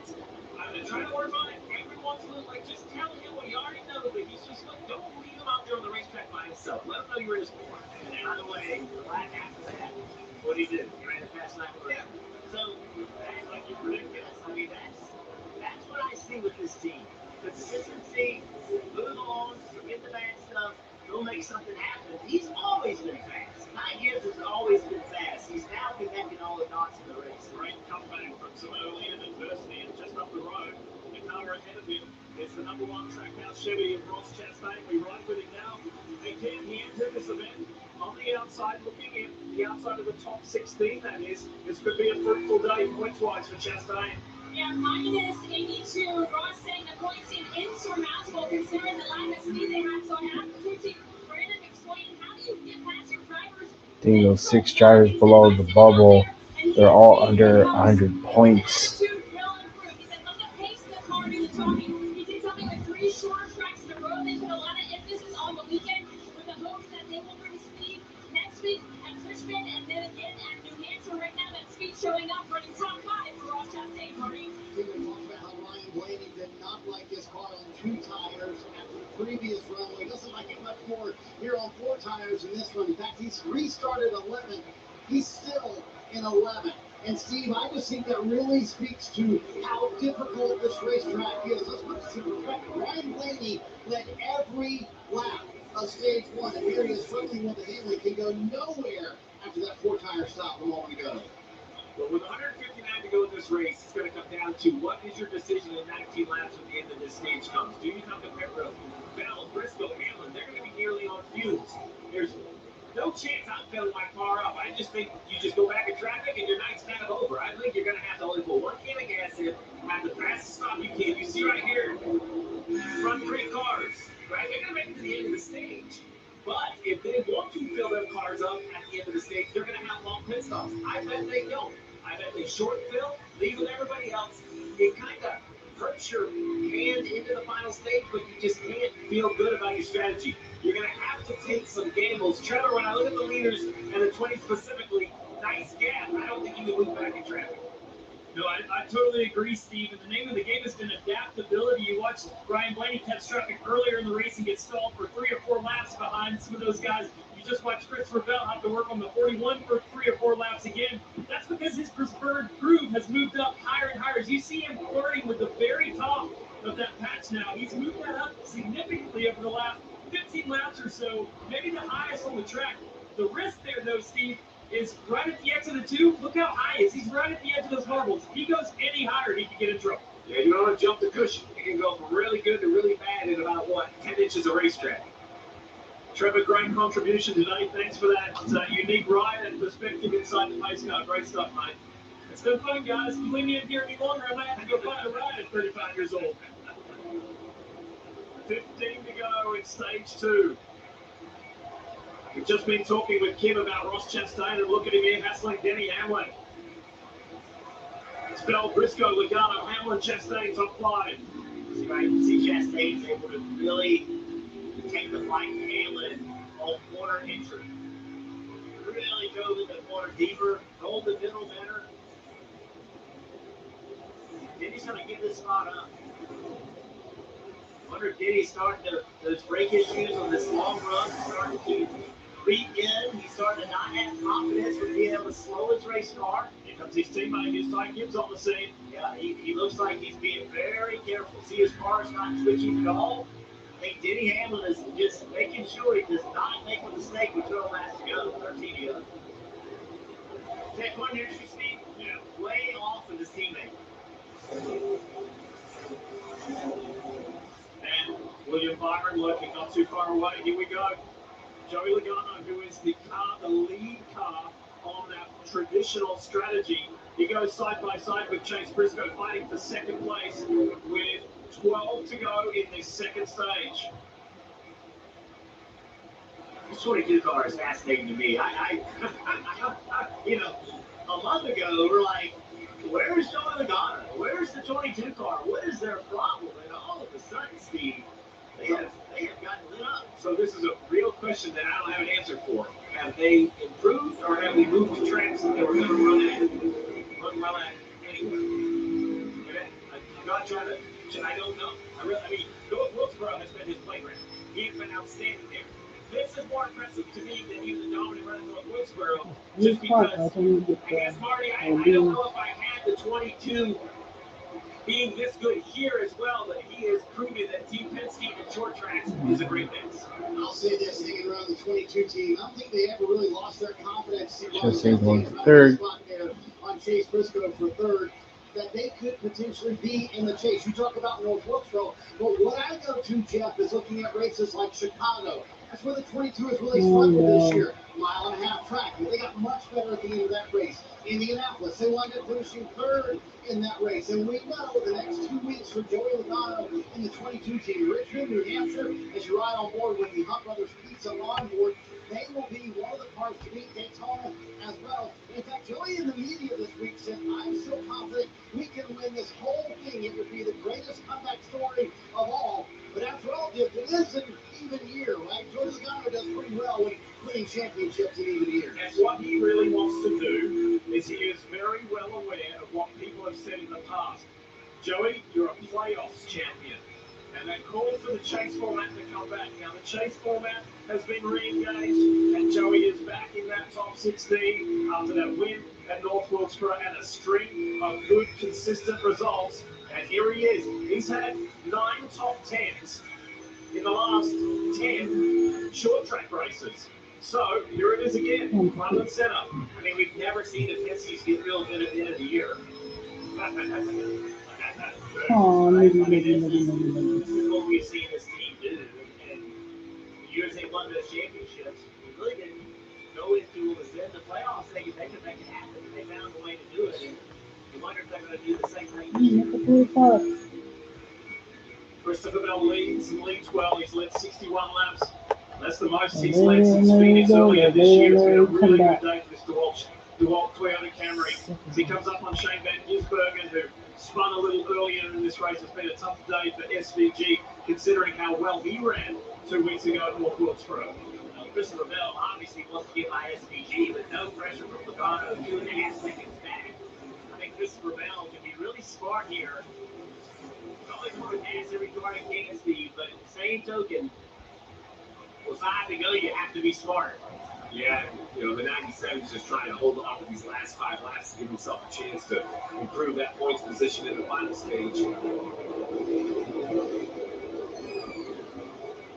Down to the final 4 in this second stage.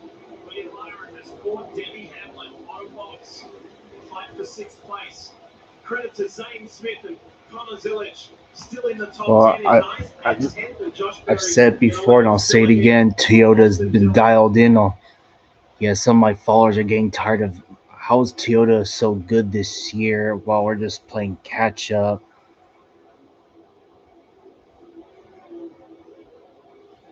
I mean, we've had breaks in between. I mean, Ford won some races. Hey, 1 year it was the Fords, the Green, Logano, all them. Now then it's the Chevrolets. Hey, it's in the cycle, That's right. So does the 20 have the flexibility if he loses track position to be able to pass, not being able to run the top? That's one more reason why I would do everything I could to not lose track position. Wow, just look at Byron. William Byron was all over the shop. Once you have 10. Watch this. Watch the 24. I mean, that is Yeah, my forehead is hands full. Anyways, final lap, stage 2. Well, stage 2, you almost done? Yeah. Chase, and he needs every point he can get. Stay in the lead lap to have a major difference in the finishing order. On this final lap of stage 2, the last lap brought to you by Credit One Bank. All right. Byron still chips away. Green, white, checkered flag. And Christopher Bell wins stage number 2. Gets the maximum by winning stage 2. Hamlin, Byron side by side across the line. Hamlin holds off Byron for spot. More stage points for Connor Zilish.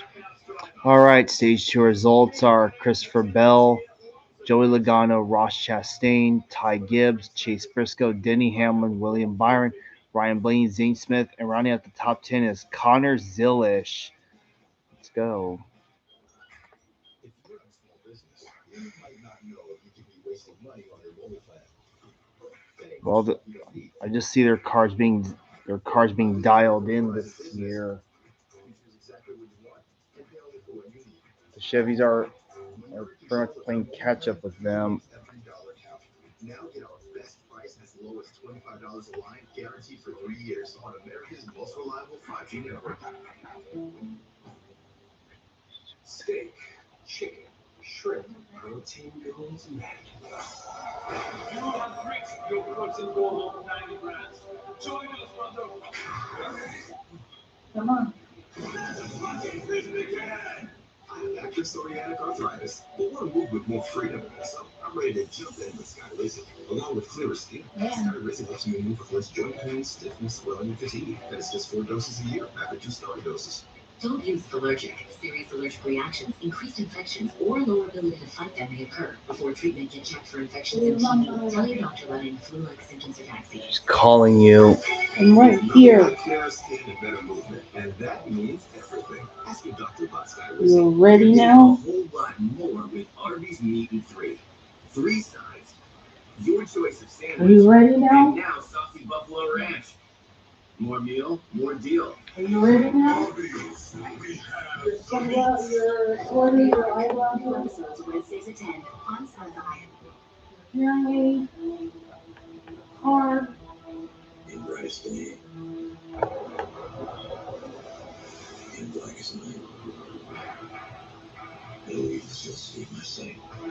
Let those who worship thee this might.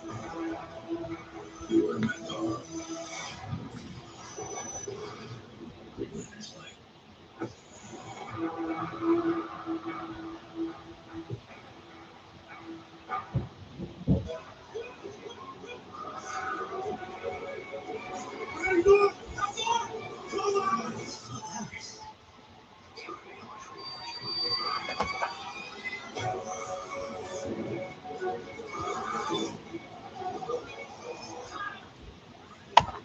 What if Wi-Fi boosted mobile can make downloading on the go a lot less scary? Stay connected and cut your mobile bill in half with Xfinity Mobile. Xfinity, imagine that. USA Sports coverage of NASCAR is brought to you by Applebee's. Now that's eating good in the neighborhood. Put one back, one step in. Progressive, save when you bundle motorcycle, RV, and road insurance. Visit progressive.com. And by Iowa Corn Growers. Pop Unleaded 88, grown by Iowa Corn Farmers. Let me take a look at my phone.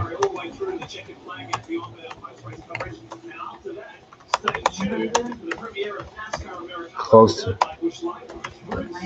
So the back rows to its rise as a national institution, SKU 3-part docuseries explores the people, traditions, and shaped stock car racing, sport we love. Bush Light Pit Road is alive, Kim Coon's there. And the Bush Light Chevrolet Roche Chastain top of your screen said still managing loose, but we're able to be in the center to make it up 2 or 4. We need 4 tires for Roche. Fill your screen. Christopher Bell, mainly freeway said, I think it's okay. I definitely don't need to be on the tight side. Usually the upper rear grip does get better grip.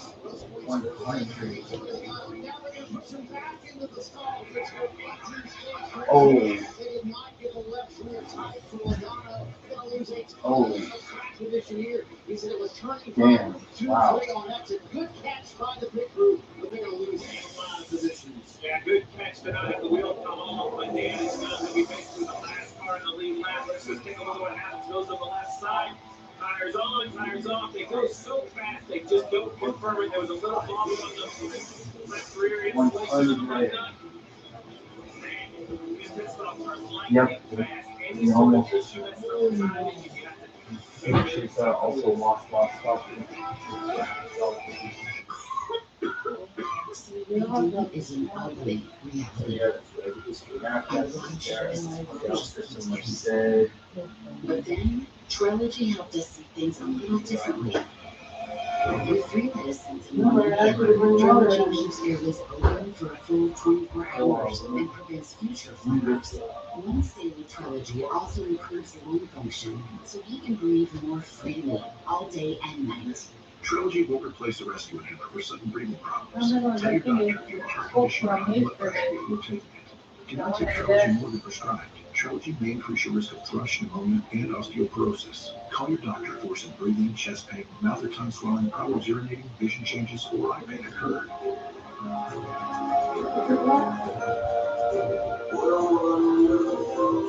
Ask your doctor about once daily Trilogy for COPD, because breathing should be beautiful all day and night. So, hi, I'm Liberty Biberty, and I'm here to tell everyone about Liberty Mutual's great coverage and savings. It's car insurance that feels great. Great coverage, great savings. Liberty, Liberty, Liberty, Liberty. What does a $7 big deal meal get you at Sonic? The real question is, what doesn't it get you? Enjoy a full meal plus premium chicken bites for just $7. It's the $7 Sonic Big Deal Meal. People are objecting to the worst in any living creature. There's a new series like Is It Taylor USA? Come on, man, I gotta go. Come on! Living with damage to your car is annoying every day. So trust the experts at Mako to restore your car to its original shine. Looking good, buddy. Don't live with the uh-oh. Get Mako. Welcome to the WNBA on USA.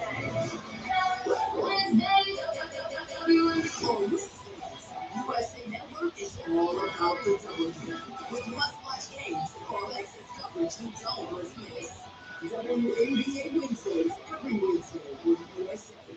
This message is brought to you by the Elk Grove Auto Mall. Visit elkgroveautomall.com.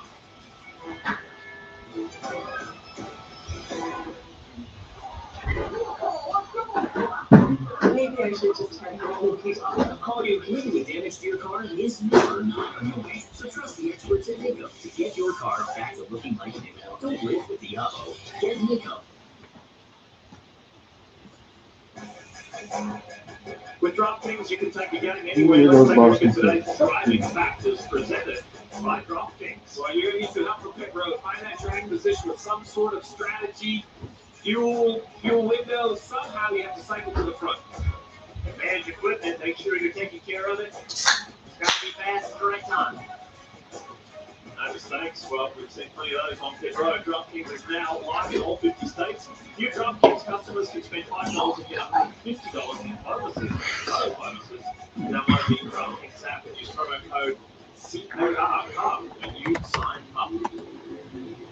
Steve, you spoke about track position. That first point of the DraftKings factors. What Chase Elliott's going to do again. Yeah, he knows that everybody has to come to pit road one more time. He's very short on fuel, but if the caution comes at the exact right time, it's his best opportunity to salvage something of the day.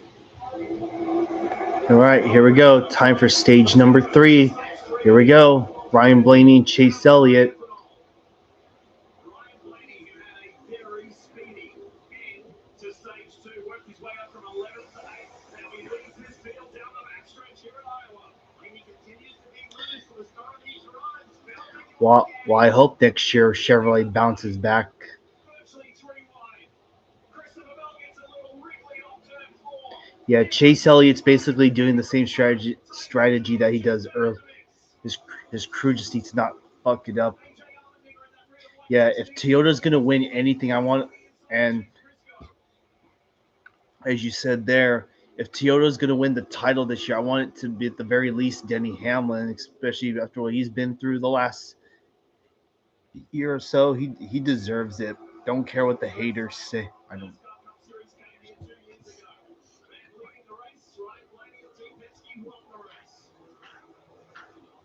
He'd love to do it again and consolidate his position in the points at the top. As they run right now, he's already overtaken Tyler Reddick, who was out early in this race due to a crash, the second in the point standings. Chase Elliott continues to battle side by side with Bell for the second position. Chastain doing a nice job making the most of the day, really all day, running near the front. AJ Allmendinger's up in the top 10 too. Inching his way back into this conversation. How about AJ Allmendinger in the 7th position from Follett Racing organization moves to Ram and the Truck Series, gives up their Chevy affiliation for support, and here they are running inside the top 7 on the final stage of the short track here at Iowa. Well, things are going better and better for AJ Allmendinger. They're going to the worst side for the final Larson. He was just pushed to the garage area. Started on the front row, showed so much promise early on in this Iowa Corn 350, and it's all gone south.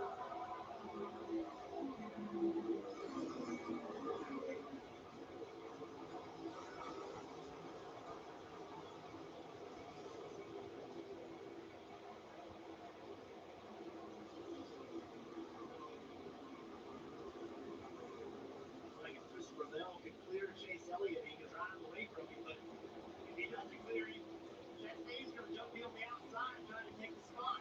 He's thinking the same thing you just said, but not in that calm of a manner. No, he can't do it. He's kind of running out of patience. He sees that one car up there. He's like, I got to make this pass. But that time, Chase loose on corner entry. Christopher Bell going to take advantage of it.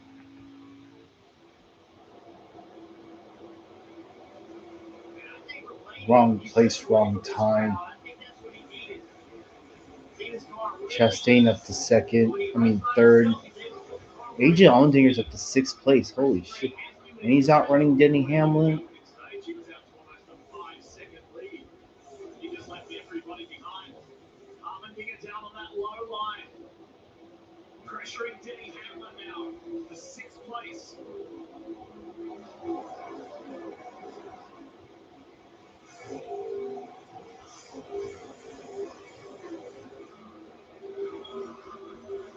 There he is. There's AJ. That kid was in RB. Really old tires in this 9 car. Hanging in pretty well. I think ultimately what they're trying to do, Steve, is just they weren't running well. They were kind of back in the lead lap, and they're going to lose some spots here. But at the end of the day, will they pan out better versus if they would have been? I'm not sure this is a tire issue that they're losing spots. I haven't seen the Goodyear tires make a whole bit of difference. So I just think the 9's not as good as these cars. Now, obviously, they're behind on tires, as you point out, but I don't think it's the day they're looking for.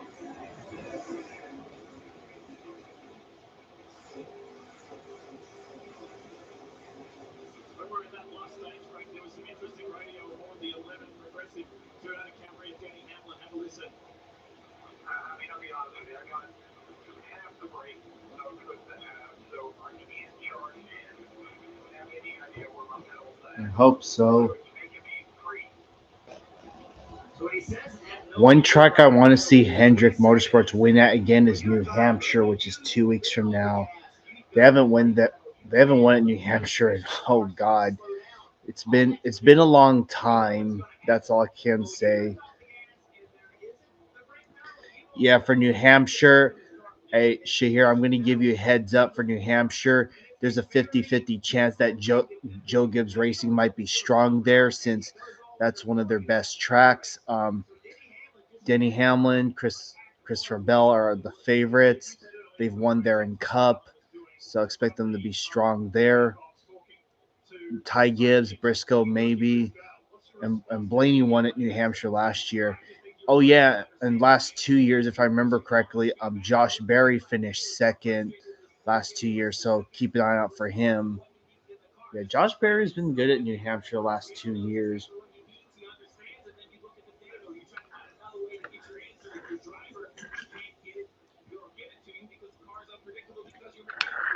some days are about winning. Yes, right. You don't always have a playoff for one reason or another to win. You're here to grind out points. You're here to get the best finish you can. Don't get me wrong, if you're the late race restart, Denny Hamlin can go. He'll do everything he can, but he's just not able to be as aggressive as the guys around him. Good racing here between Chase Briscoe and Chase Elliott. Remember, Chase Elliott stayed out to come to pit road, working an alternative strategy here as he tries to stay alive. Noah Gragson running 11th right now for that. for Front Row Motorsports. Not a bad day for him. He's up in sixth, looking for his first top five on an oval since the Southern 500 last year. Jeff, I'm going to take back my statement that I thought this was a good look. I think the clarity must just be so great between these cars. Because when it was the few of the front runners, but now he's consistently. You see Chase just doing the best he can. I think the tire deficit has shown up. So what seems like when we say tires don't matter, when you get a big enough gap, and you see it right here, 21 to 92. So it is a huge difference between tires, right? As an Xfinity goes down a spot, right? I think that if you're Chase Elliott, what you're trying to do is you're trying to run the top of the racetrack because as cars with better tires get to him, he's able to just run his line. They're not really affecting his lap time. So this is a situation, that's all you're trying to do if you're Chase Elliott, is make the best lap time you can. Look, if you can pass me on the inside, go for it. I'm going to sit up here and run the best lap time I can. I'm going to act like you're not even there. It's your job to pass me, and that's really all you can do in this situation. Final pit window open. What does that mean? If we see a yellow at this point, I assume the entire field would come down pit road. Now, there's a varying degree of how much fuel everyone needs and what tires they may think should match those, but a caution here or a pit stop here would get you all the way to the end. What was I going to get? Ty Gibbs continues to charge. Speaking of a charge, how about the long jump Silver Sport of Front Row Motorsports? The 28-year-old from Las Vegas, Noah Gragson, looking for his first top 10 since Talladega earlier this year. Noah is knocking on the door of a top 10 in 11 as he runs side by side with Chase Elliott. Trackhouse racing or drive-throughs running like a hot lap. Just cooking. Car coming. 3, 2, 1. Welcome to Wendy's.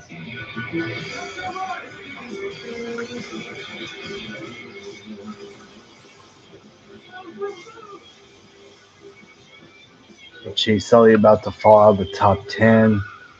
To be honest, I kind of saw it coming, unfortunately, but it's what it is. And battle for third is heating up. Also, Christopher Bell's closing back up on Blaney.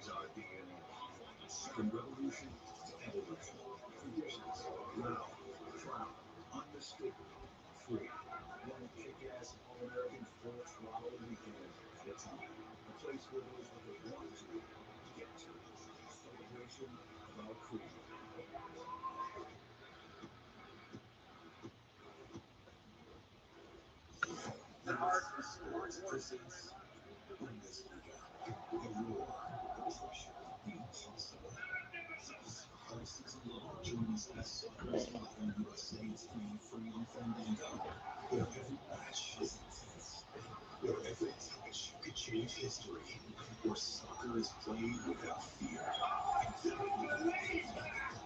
It all starts with Super Cup, August 22nd.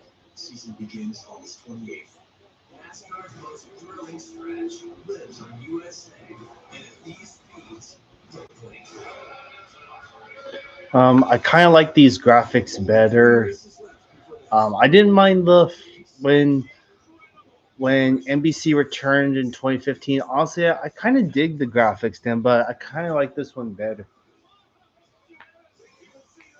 I don't mind the leaderboard being across the top of the screen, the way it is, like in like a grid, pretty much. And I also don't mind the leaderboard being on the side, left side of the screen. Top 10 in all 3 short track races this year, including that first career win at Bristol. He's fighting his way back through the field, rebounding from that bad stop after stage 1. He has driven all the way up to the 3rd position. I'm watching Christopher Bell. It's hard for me to believe that he has not won a race this year. 6 runner-up finishes. Oh yeah, they did. He is very happy with his race car today. I think he can make it happen.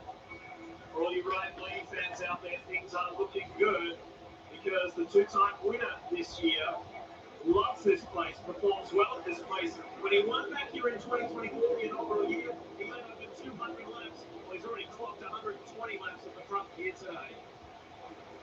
Bell is really running some nice laps, though. Damn, look at Christopher Bell. He's just catching up. Real estate, I'm sure Blaney keeping an eye on that. He'll try to run a little bit higher. Now Bell goes to the bottom. I like this. We're talking about both lines. Yeah, we saw this earlier with the 20 car. We wondered, good battle right here, 21 and speed Bell had. He's making most of it up top. Right on the edge of that old asphalt. How are you going to pass? If Blaney gets his car, puts it up there, how is Christopher Bell going to put the 20 on the bottom? Will it stick? Can he make this pass? Look at it right here. Look at this. Bell closes that gap. Bell's closed up the gap. Loose and wiggly. Blaney had a moment there. I think he got loose on corner entry. Had to just catch the car. At the beginning of the show, Dippy, we talked about big names who have yet to win this year with a 31-year-old from Norman, Oklahoma, Christopher Bell. It has been 29 starts. Bristol last fall was the last time he lived to be really. You talked about all the second place finishes this year, 6 of them. Look at the entry speed difference. Watch his 20 car on entry. Just drives up to the bumper of the 12 car. You're looking at Adam Stevens, veteran crew chief, calling the shots on that 20.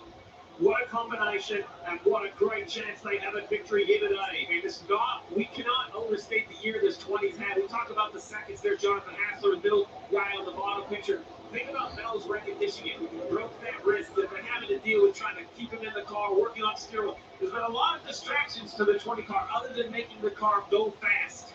Now it feels like they're settled in. Didn't get to complete the race in San Diego. Coronado. Before he's going to complete this race today. Look at this again. Same spot, same corner, as he closes that gap to Ryan Blaney. All right. We're at 100 laps to go. Then Blaney stabilizes and accelerates away. This is a great scrap between the two drivers who have dominated today.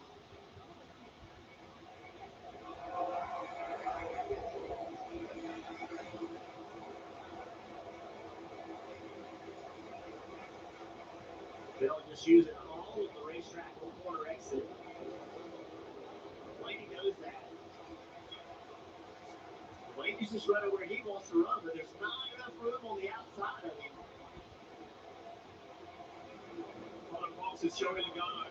Chase Elliott's only dropped to 13th. I mean, at least he hasn't fallen out of the top 20. He's up to 18th. Moving in the right direction. Ty Dillon immediately ahead in the 10. See the 20 of Bell. Watch his corner speed. Watch what he does. Right there. He's in the gas. Drives in the corner really deep. The 12 beats him on corner exit when he does that. I believe he's just trying to position himself. AJ Allmendinger running 6th. Not bad. Logano 17th.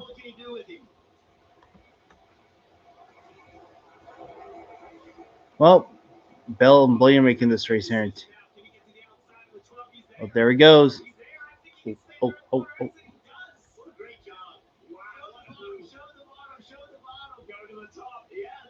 And there he goes. Back to the lead, Christopher Bell.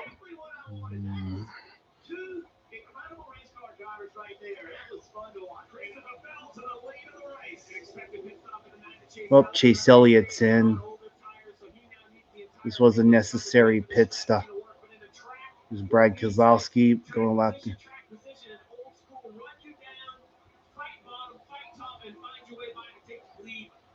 100 to go. And to go back to the drop of the green, Christopher Bell wasn't at the front of this field. He worked his way through in that opening stage very methodically.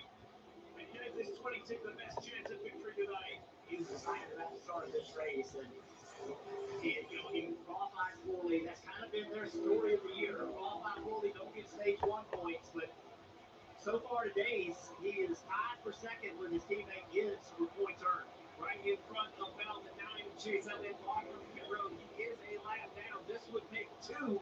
He really needs to get these tires up and going. Full of fuel. It's going to be hard to stay in front of the 20. We're going to see what kind of car the 9 has. If the yellow comes out, they'll all pit. He can get the wave around. Cannot load 2 down, though. That would be a big challenge for the 9 car. Kim? And let's talk about Christopher Bell. You guys mentioned those 6 runner-up finishes in 2026. Adam Stevens, how he described this year for the team. It's in one word. He said, well, I'm sorry, there's a couple of words. Frustrating, he said, is in the mix, probably top of the list. He also said on. You have to think that a win would quell those frustrations for the team. Obviously, didn't have the qualifying they wanted, but they were top 2 in 10-lap speeds yesterday. Cindric is the last car on the lead lap. Bristol last year, the last time Christopher Bell time as he starts to gap the 12 of Ryan Blaney a little, buddy. That was a fun battle to watch between the 20 and the 12. Blaney, as soon as he got passed by Chris Ravel, said, man, I'm just hanging on here. I need a lot more rear grip punches, way too twitchy. See, but I kind of find it interesting. The lead is at 0.9. Contrarian strategy all day long. On the last lap, he was the only car to take 2 tires only. Everybody else on the way back took 4 tires. So does that mean that the 12 car will have to wait longer on fuel for this final stop today with 91 to go? I think if it was a pure gas-only stop, both the 12 of Blaney and the 20, because they short-filled throughout the day, need a little bit more fuel. The real difference is, you remember, Blaney was running 8th when he took 2 tires. It cycled through the lead, now he's in 2nd. The advantage these teams have is when I say more fuel, I'm talking, they need about 4.5 seconds worth of fuel versus other cars needing 2 seconds worth of fuel. So gas only would be an advantage. I think we're going to run long enough that everybody's going to take at least 2 tires, if not 4. And in that amount of time, the fuel will wash out, Marty. But to your point, they definitely want to run long enough that everybody is forced to take at least right side tires. Right side for Ross Chastain, the Busch Light on board shows us the difference between him and Denny Hamlin. Chastain runs 4, Bell leads. Customers online even faster. So now they're offering same-day Wi-Fi delivery. Do you think you're up for the job? I mean, I am pretty SVG is the first car lap down. Keep turning left. Parallel parking. Oh yeah, Cindric's gone lap there. Suggestion. 3-point turns. I'm a 2-point kind of guy. Good. Most people panic on that one. I'm here for the interview. Cody Ware's up to go 3 down or 2 down. Applebee's 2 for $25 is taking your taste buds on a trip with one full-size appetizer like the new bacon cheeseburger wonton tacos and 2 entrees for only $25. Only at Applebee's.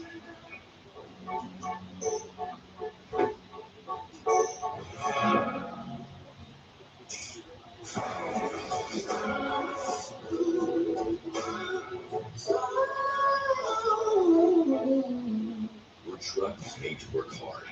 The Audi heavy-duty diesel engine oil keeps it that way. With up to 35% better wear protection, it's specially formulated to protect the engine's push to go limit. Make the switch to Audi heavy-duty diesel today. The Colonel is a bucket list. The $10 one. Monday nuggets. Tuesday fried chicken. Wednesday wings. Thursday tenders. Friday nuggets again. Now that's living life to the fullest. Get a $10 bucket in a day from KFC. This week on USA, the temperature rises during Robin's Week. Gabby Rose with a nasty block here. Monday, Flajay Johnson will be sold to defend their home against Azrae Stevens in the sky.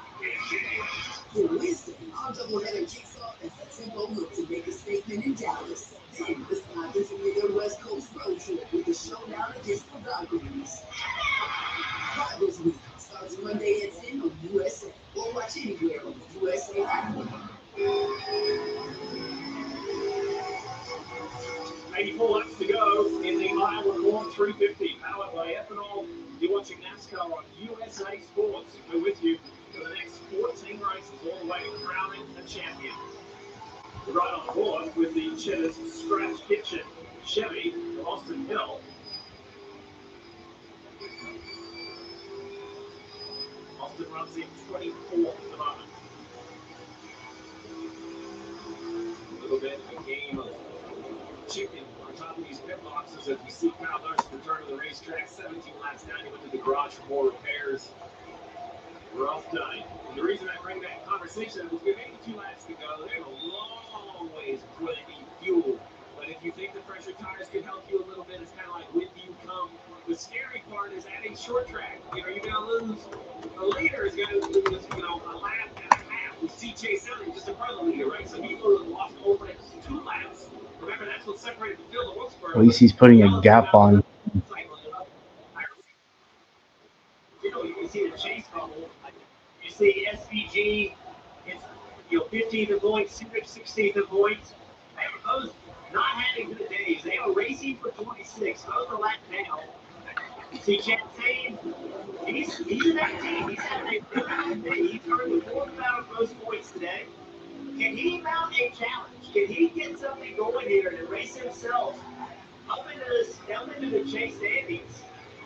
And while it doesn't sound all that flattering, Ryan Precinct 19 is keeping himself in the conversation around that bubble line. It's a great day for Ross Chestnut. And by the way, speaking of others in the top 10 who had a rough day, Tyler Reddick kicked it off by crashing out right here on entrance to turn one. It's been a rough day for both of them, for Kyle Larson, for Chase Elliott, for conditions have had not satisfying days. And if you're a Denny Hamlin fan, it's going to be very easy to be frustrated that he's running fourth, and you want to be better, and you're frustrated they had these brake issues throughout the weekend. But this okay, as he gets a big wheel has not been the best track for Denny Hamlin. Supplementally, he talked in the pre-race when he has the drivers about I want he talked about 50 miles off her two. That was distracting here. And you can never accomplish anything. Here we are. Advantage to you.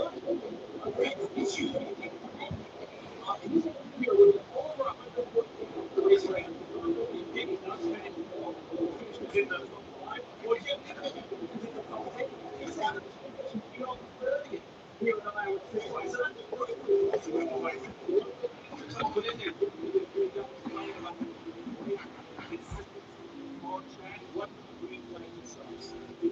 Just be very cautious to like how do you if you're getting Hamlin to come into the what we do is we'll pick a spot on the wall. All the way to the guy to get give the break on a green.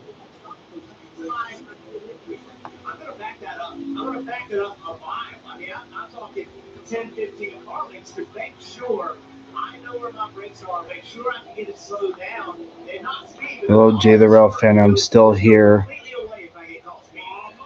Everything's good so far. It looked like Gibbs was going to capitalize on Blaney's moment, and then the 54 had one. He looked like he was down the street in Knoxville in the 360 wing sprint right there, chasing that big tail. Chase Elliott back up into the top three. Just ran through it. They must have thought there was something on the track. Maybe I heard. But man, that was a big wiggle for the 54. That's what it looked like for Ty Gibbs. They both got loose. But then we heard him say we both just ran through it. I don't know if you mean something on the track or interesting. Maybe it's one of the scenes on the track. Maybe it's an error situation. Well, Ty Gibbs feeling his fluid on the racetrack. Well, let's see. He's going to go right back where he was, trying to make a pass. He stays away from that seam, stays lower than what he was. All right, there we go. And Ty Gibbs is up to second.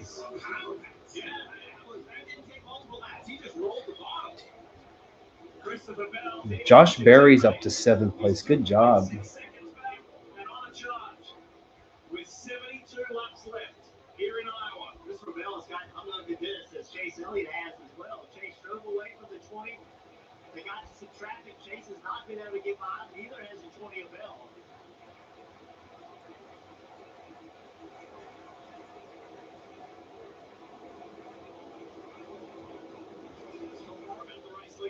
Christopher Bell is Kincaid. And in preparation of these upcoming pit stops, they did tell him build as big of a gap as you can to second. Now these lap cars might hinder some of that progress. Tom Cruising Adam Stevens about their strategy for the final stage. He said there is a reward in coming early and splitting it more straight up as long as the caution does not happen.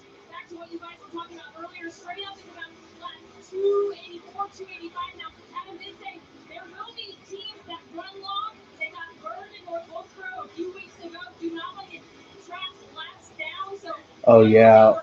Caution comes out while these guys are pitting. Yeah, they're fucked. There better not be oil on the racetrack. Do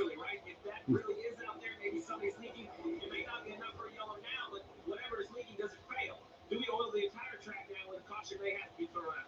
I'll tell you what, one thing's for sure, Jim, is that Ty Gibbs is closing the gap on his teammate and race leader Christopher Bell. He's taken 3/4 tenths of a second out in the last 2 laps. Christopher Bell finally got by the 35 of Hertz. You see, now the 9 is Gibbs, not, there he is. They just slowed him up so much, but now the 9 made an easy pass. Is that Series XM Toyota Camry of Ty Gibbs? 2.1 seconds now between Bell and Gibbs. 68 laps to go. This is a moment of time when you are Ross Chastain and Brandon McSwain. We talk about the day they're having. They have to decide, is this the run they're looking for a 4-race run to make the chase? And I say that because they're close enough. At 5 seconds back, if they pit right now, there will have to be a reaction from the leaders. They can come in, they can be 4 or 10 seconds faster lap, they can flip those guys. So the question is, who's going to be the first to come? Will it be Chastain? Will it be Blaney? I don't think it's going to be Bell. I think he will wait to see what everybody else does and will react. Looks to me like Blaney's running the bottom of 3 and 4, right in front of Chastain. There he is, upper left-hand turn, cut the pit road. Blaney's in. What Blaney does, first of all, is it 2 or 4 tires? They don't need a ton of fuel. I imagine it'll be 4, but this will set the tone of what everybody else will be forced to do. Who reacts first? Is it Christopher Bell? Is it Ty Gibbs? We will see. Molly, take it away. Yeah, it's interesting because Jonathan Haas was kind of in contrary to the entire. So you didn't catch anything today? Yeah, it can be like that sometimes.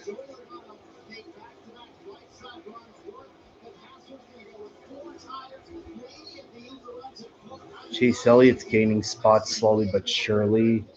Although he's trying to prevent going 2 laps there. Just stuck in traffic still. Adam Stevens is probably thinking we are bleeding time. This is going to hurt us even more. Yeah, keep doing that. Ty Gibbs is going to close the gap even further. Hamlin's in.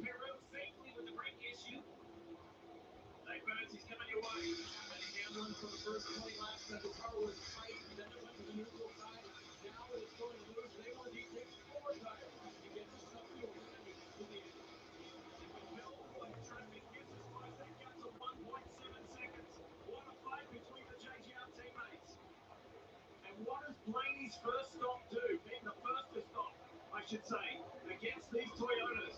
We'll find out. Allmendinger pitted too. Yeah, he's fighting through traffic a little bit right there. Gibbs, Bell, at this rate, just pit.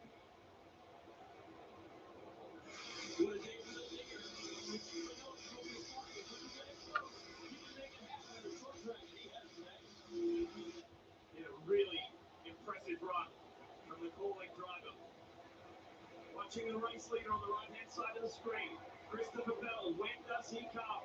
Jonathan Haas made a pit call to win this race by Hamlin and bringing his driver in early. I love the aggression. Well, the question is it 20 matches? Well, he's already waited so long that I feel like he has to keep running because I think he's going to have lost the lead to Blaney at this point because Blaney's out there running. Blaney's out there running. 60 to go this time, Bob. 3/10 line. Maybe he hasn't lost the lead yet. And he's got a little more clear track ahead than what Christopher Bell does, who is still dealing with traffic. There you go. This time, Hit this time. Watch the gap shrink. He believes now he can hit from this lap and still cycle in front of the 12. 4 tires for the 20. Top screen is Bell. He's going to run the bottom right here. He's already waved. This is a kind of a tricky entry. Getting below the orange box, not so hard, but you got to make sure you get around the corner. Everything looks good so far. Yeah. Screen Blaney. I'll be nervous coming on the pit road. And then we'll compare on pit road. And so the 54 chasing the 20 on pit road. So both Gibbs and Bell on pit road. Yeah, the 20 and 54 are in. Chastain stays out.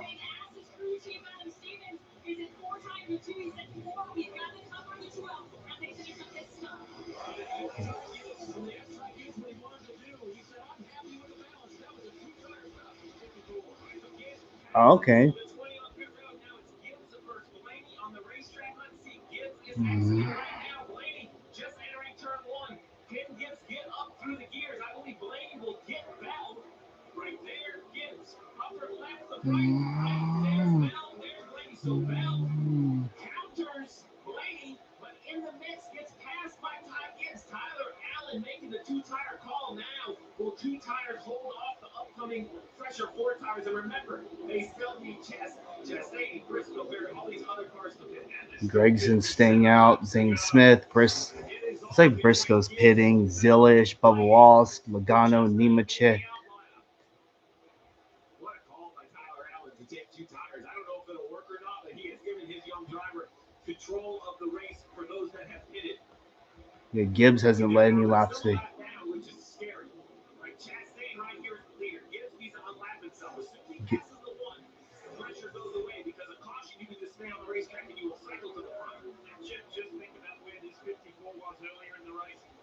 Gibbs is going to lap himself. Thank you. He's got to get this pass done. Chastain doing a nice job of holding up Gibbs, but as this happens, Hey, I wouldn't be careful doing that. behind him is starting to catch. And that was a big loss right there, Kel. And let's follow the pit stop of Chase Briscoe. Came down from the second position. He's been fighting really the same thing all race. That's 3 in. Same problem yesterday. Overall, besides that, happy with the race car. They put 4 fresh figure tires. There we go. In that Toyota.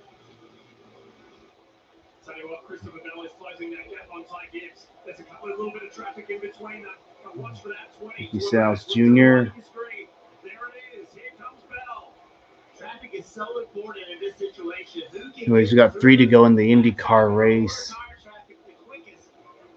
We saw Gibbs get hung up a little bit with a 1 car. Can the 20 get by quicker? And all the cars that have yet to get are hoping for a yellow right now. This would really cycle them to a very good finish of the day. Josh Berry's pitting. Whoa, 3 wide.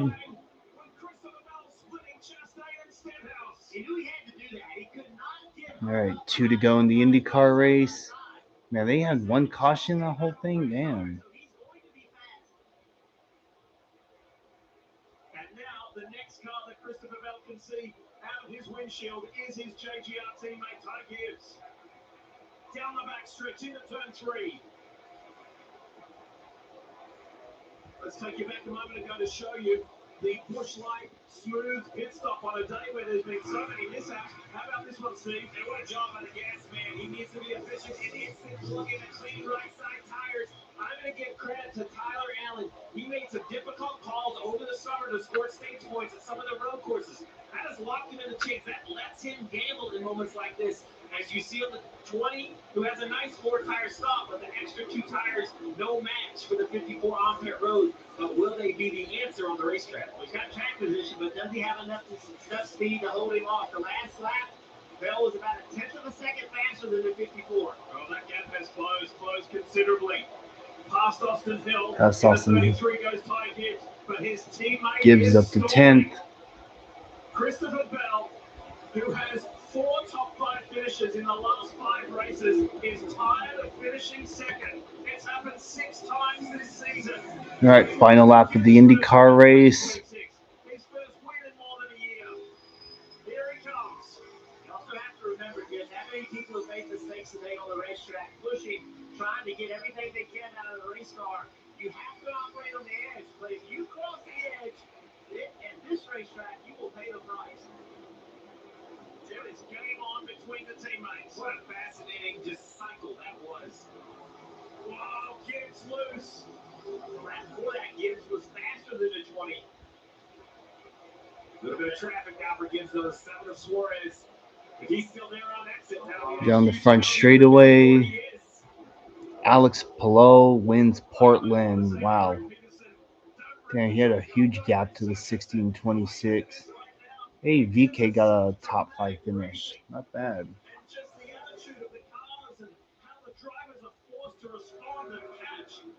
I am fascinated though. Remember, these corners are brand new, only a couple years old, and they go all the way from the white line to the top of the new pavement. If that goes all the way to the wall and the progressive banking is there, are we literally going to see cars from the apron to the fence? Oh, I'll tell you, last year or 2 years ago, when they paved just these parts of the racetrack, the drivers wanted to pave the whole thing because they thought you would race from the white line to the wall.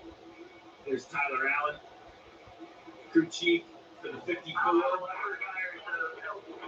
Left tire says no, meaning the older left rear tire is probably very loose. While we are captivated by what's happening at the front of this race, let's work our ways back a little bit. Zane Smith runs in 3rd. Connor Zilic runs in 4th. Bubba Wallace in 5th. There's been some movement within the top 10. Now look at Bell. He's within a car length of his teammate. Well, at least the Gibbs drivers left, Blaney in the dust. He tries to lean on it, stand in the throttle. He just does not have the rear grip that he needs. When do we see those guys at the front of this field like Chastain and Gregson and others come in and open up wide up for these guys with 44 to go. And they can run probably 20 more laps. So at this point, I would run all the way to the end, still hoping for that yellow. Crew chief versus crew chief. What's this like, Steve, when you go head-to-head with a guy in the same company? Well, there could be just a more differing resumes. Well, this is the longest green flag run we've had all race. A huge future ahead. But we look at who he's racing against. Adam Stevens, over 400 starts, 41 wins, 2 championships. He's done this for over a decade. Tyler just getting started. Adam Stevens has been there, and they're both at the same organization. Remember early in the race when Bell was trying to pass Blaney? This is what he did. He ran the bottom of the racetrack, ran the bottom. That drug Blaney. Imagine if the remaining drivers out there just stayed out. Up Zillish, St. Smith, Wallace are pitting. Zillich and Smith and Bubba Wallace, they're all in. They're on the Busch Light pit road, so that's opening things up even more for the two drivers we're watching now. See, Bell went to the top and immediately hits, drives his race car up there to block that air. See what they do over here. Still waiting for Chastain, Gregson, Nemechek, and Gilliland to pit. Coming up on the 34. Between the two Chogans racing Toyota team 41 to go. They're catching this car. How is that going to affect catching the 34 car? How is that going to affect how the 54 car drives? How can Bell take advantage of it? And you got the 38 coming out with new tires, Levy a factor. Bell just loves the outside of the racetrack. They're coming across the line, and Ryan Blaney, who was closest to them, has just crossed the finish now. There's We'll move the game plays. watching his drivers, one of them, his grandson, put on just an epic fight here in Iowa.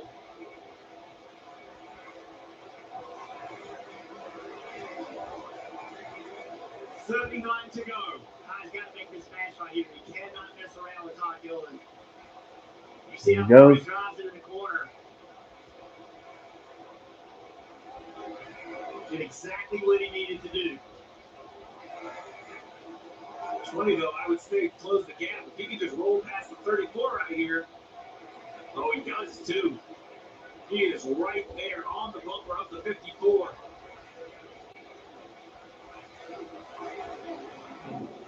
Big old Ross Chastain stays at the head of this field, but yet to bid with 38 to go. Noah Gragson and Jonathan Nemechek the same. Before it opens things up to the 54, who has the effective lead right now, but not the real lead of the race. Oh, he is way. Whoa, Bell.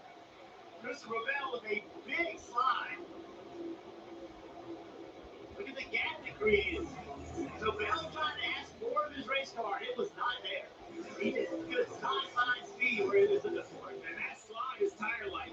You have anchored the tires. They are not going to want to recover quickly. I'm sure on the 54 radio, Tony Hirschman on the roof is letting him know. Nemechek. You get 20 car lengths back to the 20. Bell's struggling right here. Yeah. Settle in, cool those rear tires, Ty. You have a gap. He has traffic. And remember, Gibbs rolled the dice the most by taking just 2 tires on the last stop. I've doubted myself more times than I can count. Heard every opinion. Read every book. But when you're surrounded by the right people, you learn it's about more than just racing.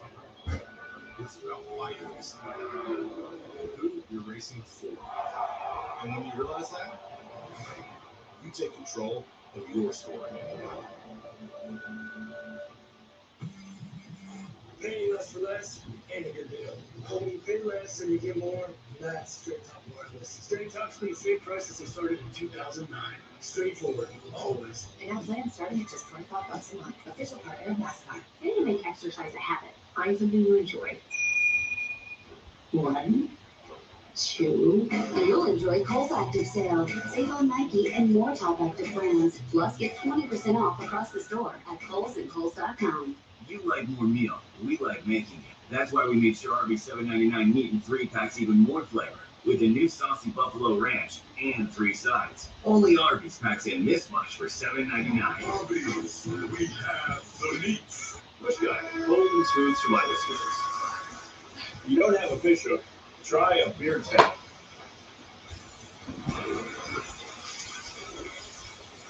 Now that's a catch. And for the mountains. After a summer filled with a beautiful game, yes, 29 to go. when the rivals are coming for you, and you hope it's a life for all. Who will shine on? So it begins again.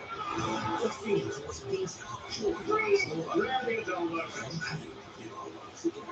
So again, the Premier League returns August 21st, live on USA.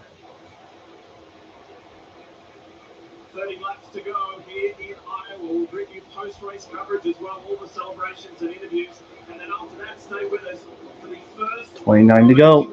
series. Or 3 to go. Americana that premieres tonight. And that follows our post-race show. So much still to come here today on a great day in the Heartland. You're looking at the Sirius XM Toyota Camry, the 54 of Ty Gibbs. This 9 car for Ty Gibbs. Going to be a tougher pass, I was thinking. You know, Chase said, just let Gibbs go. It's not worth fighting it.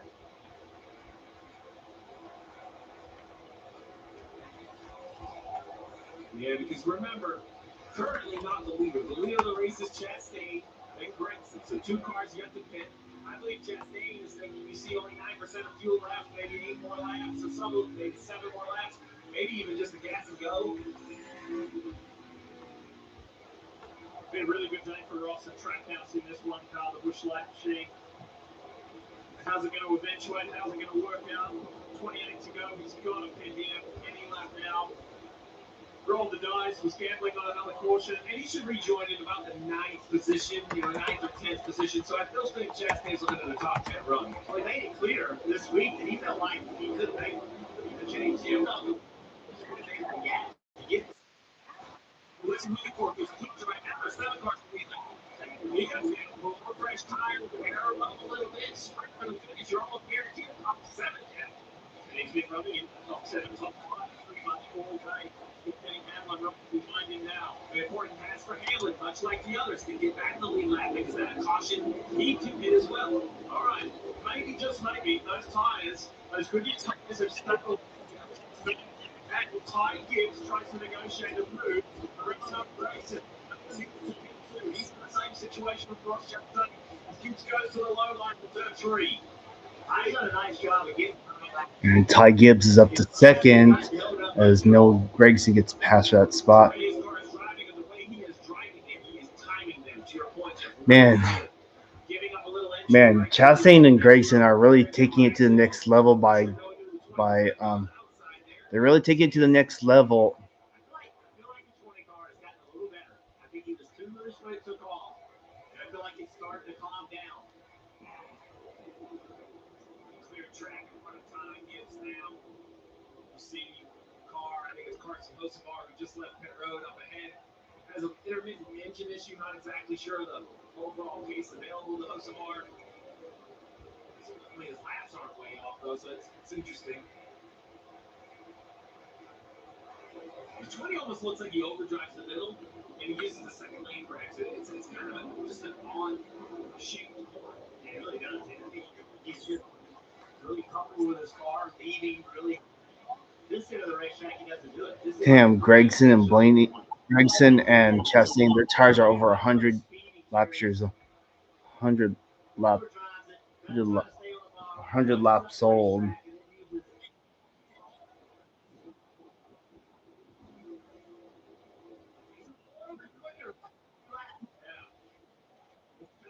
To that DeWalt Toyota Camry. And for the last 4 tires for Bell, only 2 for Gibbs. You mentioned it this season. A second in Indianapolis, a second in Atlanta, a second in Chicago, a second in Nashville, a second in the 600 back in Charlotte, a second back in Phoenix. All of those seconds yet to see victory lane. The one at Chastain peels off the banking in front. He's coming to pit road. Right, Chastain is finally pitting. We'll see if he does 2 or just gas. We'll hand the lead to Ty Gibbs.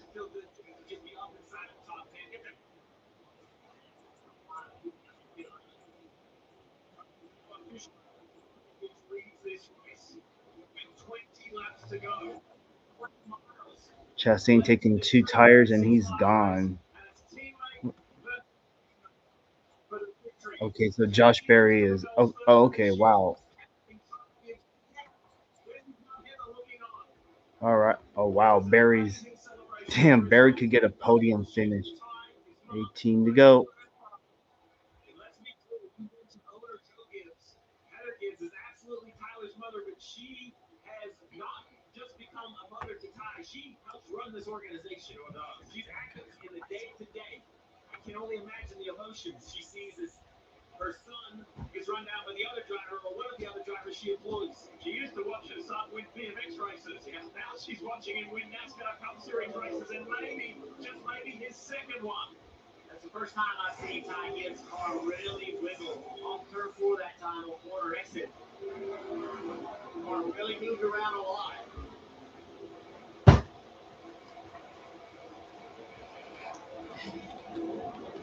That was much cleaner. And faster. No, that's actually faster.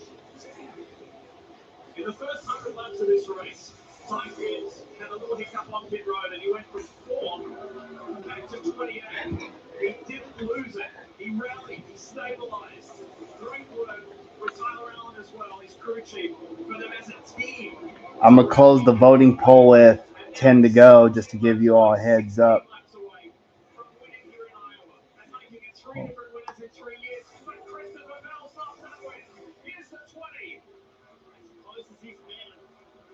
Chastain's going to come out in 7th place. So, okay. Every time he tries to ask more of the car, it's just not there. It's so hard when you, with 15 laps to go, there's the win right there. It's so hard to not overdrive it. Now that the pit stops are complete, basically the running order is what you would imagine. Barry in 4th, that is for real. He has already serviced his car. Great run for Barry. I'm still here, Jay. Allmendinger in 8th. Let's not lose sight of Ryan Blaney. There's still 15 laps to go. He's just over 6.5 seconds back. There is the 12. Has he got something special left at the end of this race to catch these JGR teammates? It's a big ask. It's a big chunk of time. But he's got 14 laps to do something about it. That's the highest I've seen Bell in the middle of the corner. I thought he jumped the cushion, but he did make the corner. And it worked. Watch this. You can't even see the seam with the right side. He's so high. He gets all the way up right there. I think he's out of the new pavement, yet it still turns. Steve is a crew chief. Let's see. How does this two-tire stop for the 54 working? Be live Friday evening, or Friday afternoon, 4:30 p.m. Pacific time. Gibbs was frustrated because he thought the left rear gave up, but the 20 heated his up. He had one clean run out of it, it didn't work, and now it feels like it's equalized. I do believe the 20's quicker, but catching and passing, two different challenges. No doubt about it. And Ty Gibbs, he's just done a really good job. We've seen the car. Christopher Bell's won at Richmond in the O'Reilly Auto Parts here, so he should be good. It's Connor Zillish up ahead.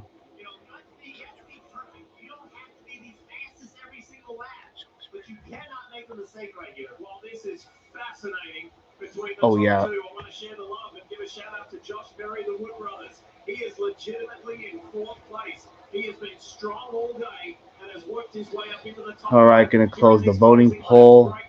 50 for Gibbs and Blaney, 50% each. Close the poll now. So he just doesn't want to pull over. He's got to battle the best he can. We'll see what type of fight he puts up. Super respectful or nothing to raise. Is that a plane or something? Or is that a train symbol?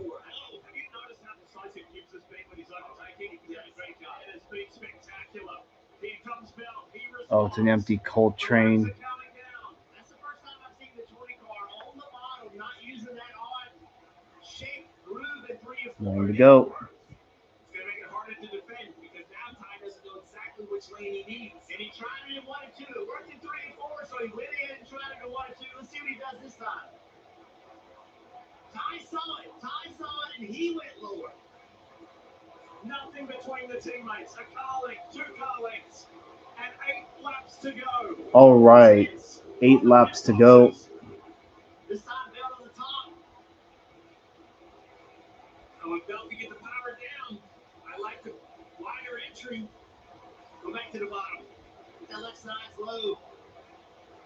There you go. I like this. I like this. I think this is something new that Bell has found in the last couple laps. All right, 7 laps to go in the NASCAR Cup Series race at Iowa Speedway. Whoa, Christopher Bell looks high, gets loose.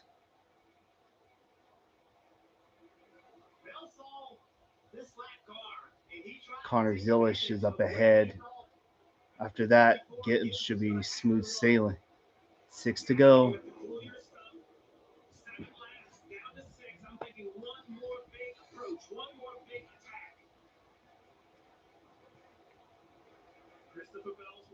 Yeah, I feel so bad for. It's like I want Bell to win, but I feel so bad for him. This will be his 7th runner-up if things stay the way they are.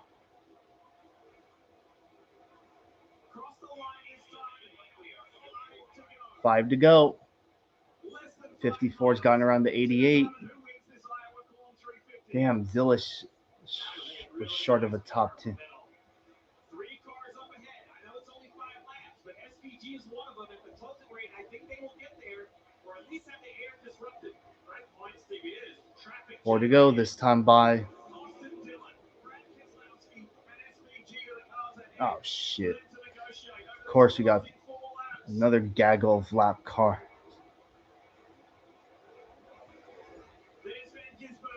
SVG. Gibbs goes to the high side. SVG goes low. 3 to go.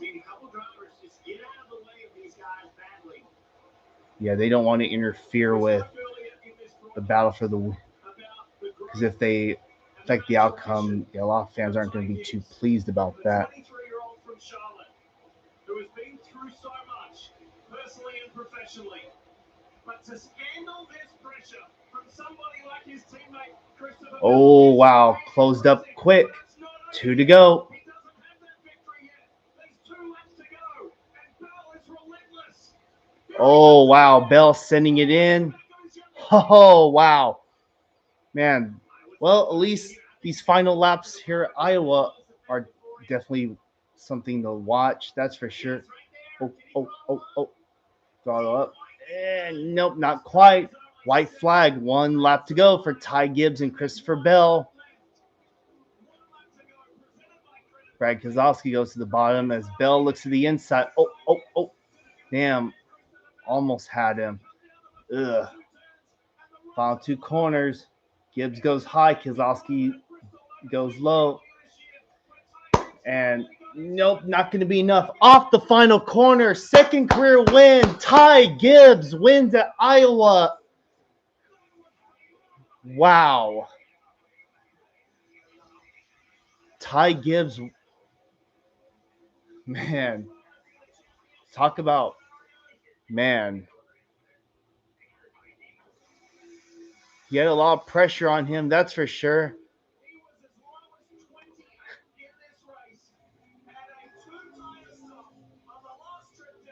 But, man, yeah, he won that. Yeah, that 2-tire pit stop won Ty Gibbs this race. Wow.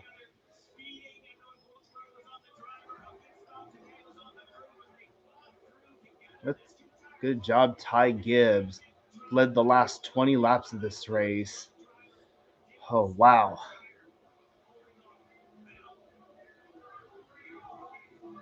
Ugh. Good job, Ty Gibbs. I missed, man, Ty Gibbs' first 2 career wins have come on short tracks. At least this makes up for Bristol, which I missed earlier this year when he won his first one. Well, man, Gibbs has more wins than Hocevar now. Let's go. Man, definitely shown maturity over the last year or so. It's paying off again today. I know some people still hate Ty Gibbs because of things he's done in his past, but you know what?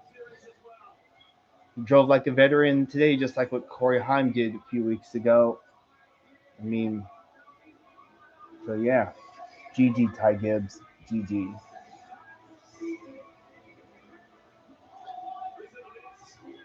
Man, I feel so bad for Christopher Bell. He's got he's got another short track coming up in New Hampshire. We all know Bell can win next week, and he's won at New Hampshire. So let's see how those go. And if I remember correctly, Ty Gibbs is locked into the chase, so he's good.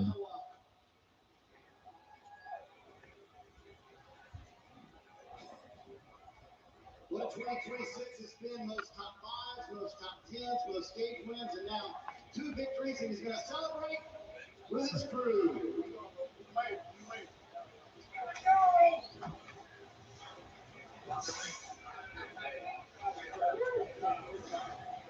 Man, Carson Quapple and Ty Gibbs both got their second career wins this weekend.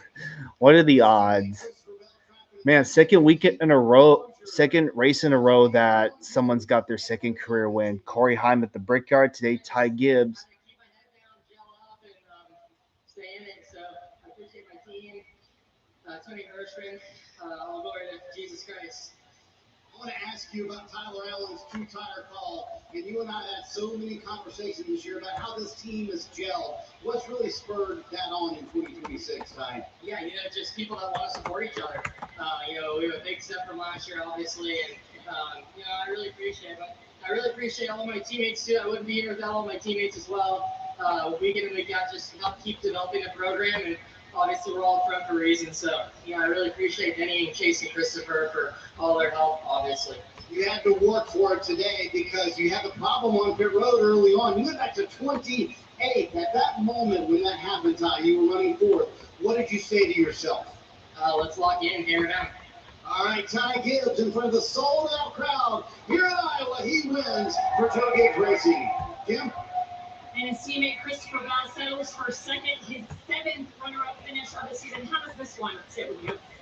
This is what you call a bad second place finish for sure. But I don't know. I don't know what else to say. Ty did a really good job. He did a great job managing the race. I could tell that he was slipping and sliding around, and similar to last week or 2 weeks ago with Corey Heim, he just didn't make mistakes. So, P2.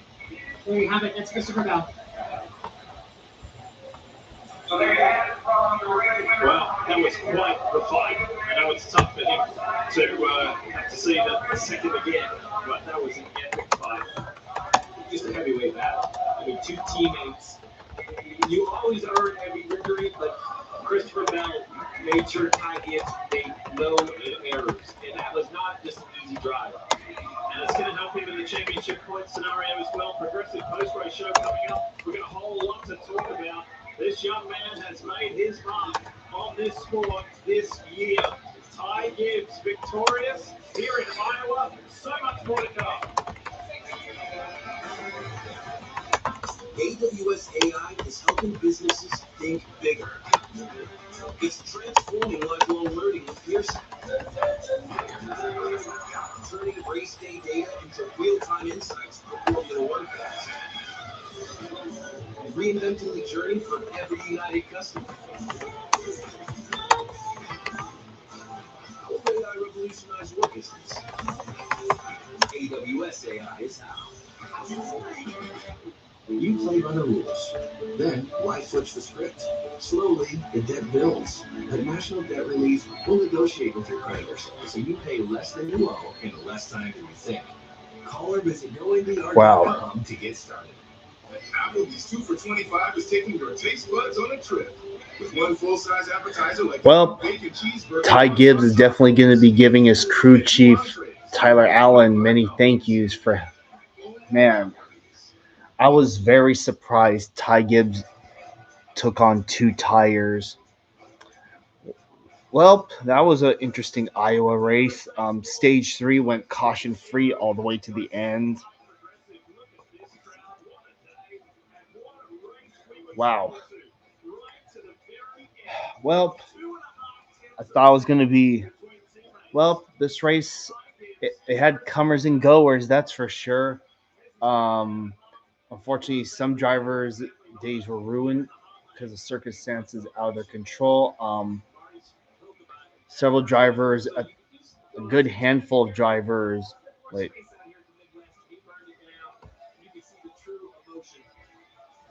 let's see.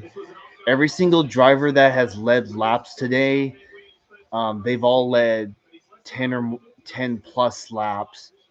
Um, Ty Gibbs, Christopher Bell, Ryan Blaney. Man, Christopher Bell and Ryan Blaney, they both led over 100 laps each. Chastain led 40. Bubba Wallace 35. My boy Chase Elliott. Chase Elliott was the only Chevy that led laps. No, he was the second Chevy. Sorry, he led 18.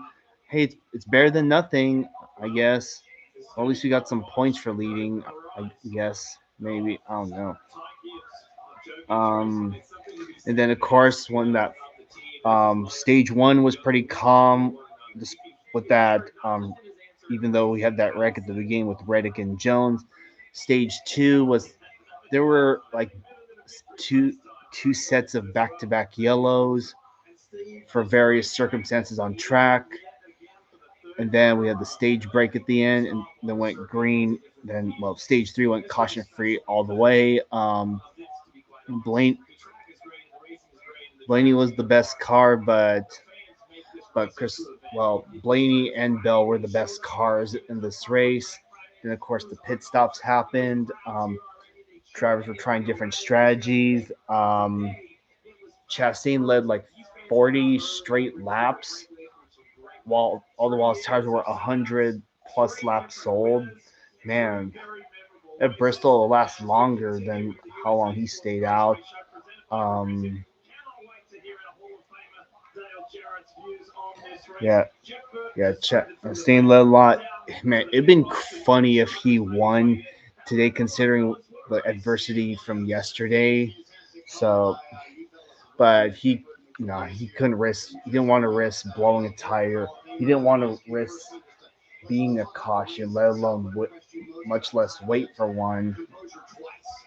And when after it was all said and done, Ty Gibbs, Christopher Bell slowly, methodically worked their way through the field and to the lead, where Gibbs led the last 20 laps, all the while having Christopher Bell, his teammate in the 20, have put pressure on him.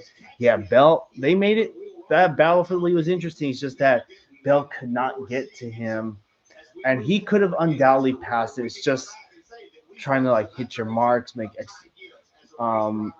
trying to get into the corner, execute the pass, and he would have been. Yeah, Bell would have most likely won if that happened. But man, Ty Gibbs, man, yeah, he's definitely matured over the last year or so. I know some people still despise him because of stuff he's done in years past. I know people will hold those things he did against him, but you know what?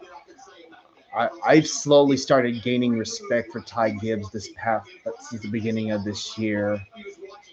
So yeah, um, who knows what Richmond will hold, but look out for Austin Dillon to be the favorite next week, because we all know he's going to be the favorite because Dillon's trying to go 3 for 3 at Richmond next week. Man, that back-to-back short tracks to begin the final stretch of the season. Wow. Then we got New Hampshire, the flat 1 mile oval, and then we got Daytona, where all hell's gonna break loose. You all know the smaller teams and those who haven't won this year, and the big names that haven't won this year. You know they're gonna be circling Daytona. So yeah. Anyways, I'm gonna take a quick look through the results. Ty Gibbs, Christopher Bell, Ryan Blaney, and how about Josh Berry? This is his first top 5 finish of the year. Man, never thought I'd see the day. Man, back-to-back top 10s this season. Wasn't expecting this. He definitely earned it, though. Man, his tires were 6 laps fresher than the top 2. Man, that strategy worked out good for Barry. And to think, and also New Hampshire, Josh Berry was second there a year ago. The last 2 years, I think. So look out for him to be a favorite next in 2 weeks.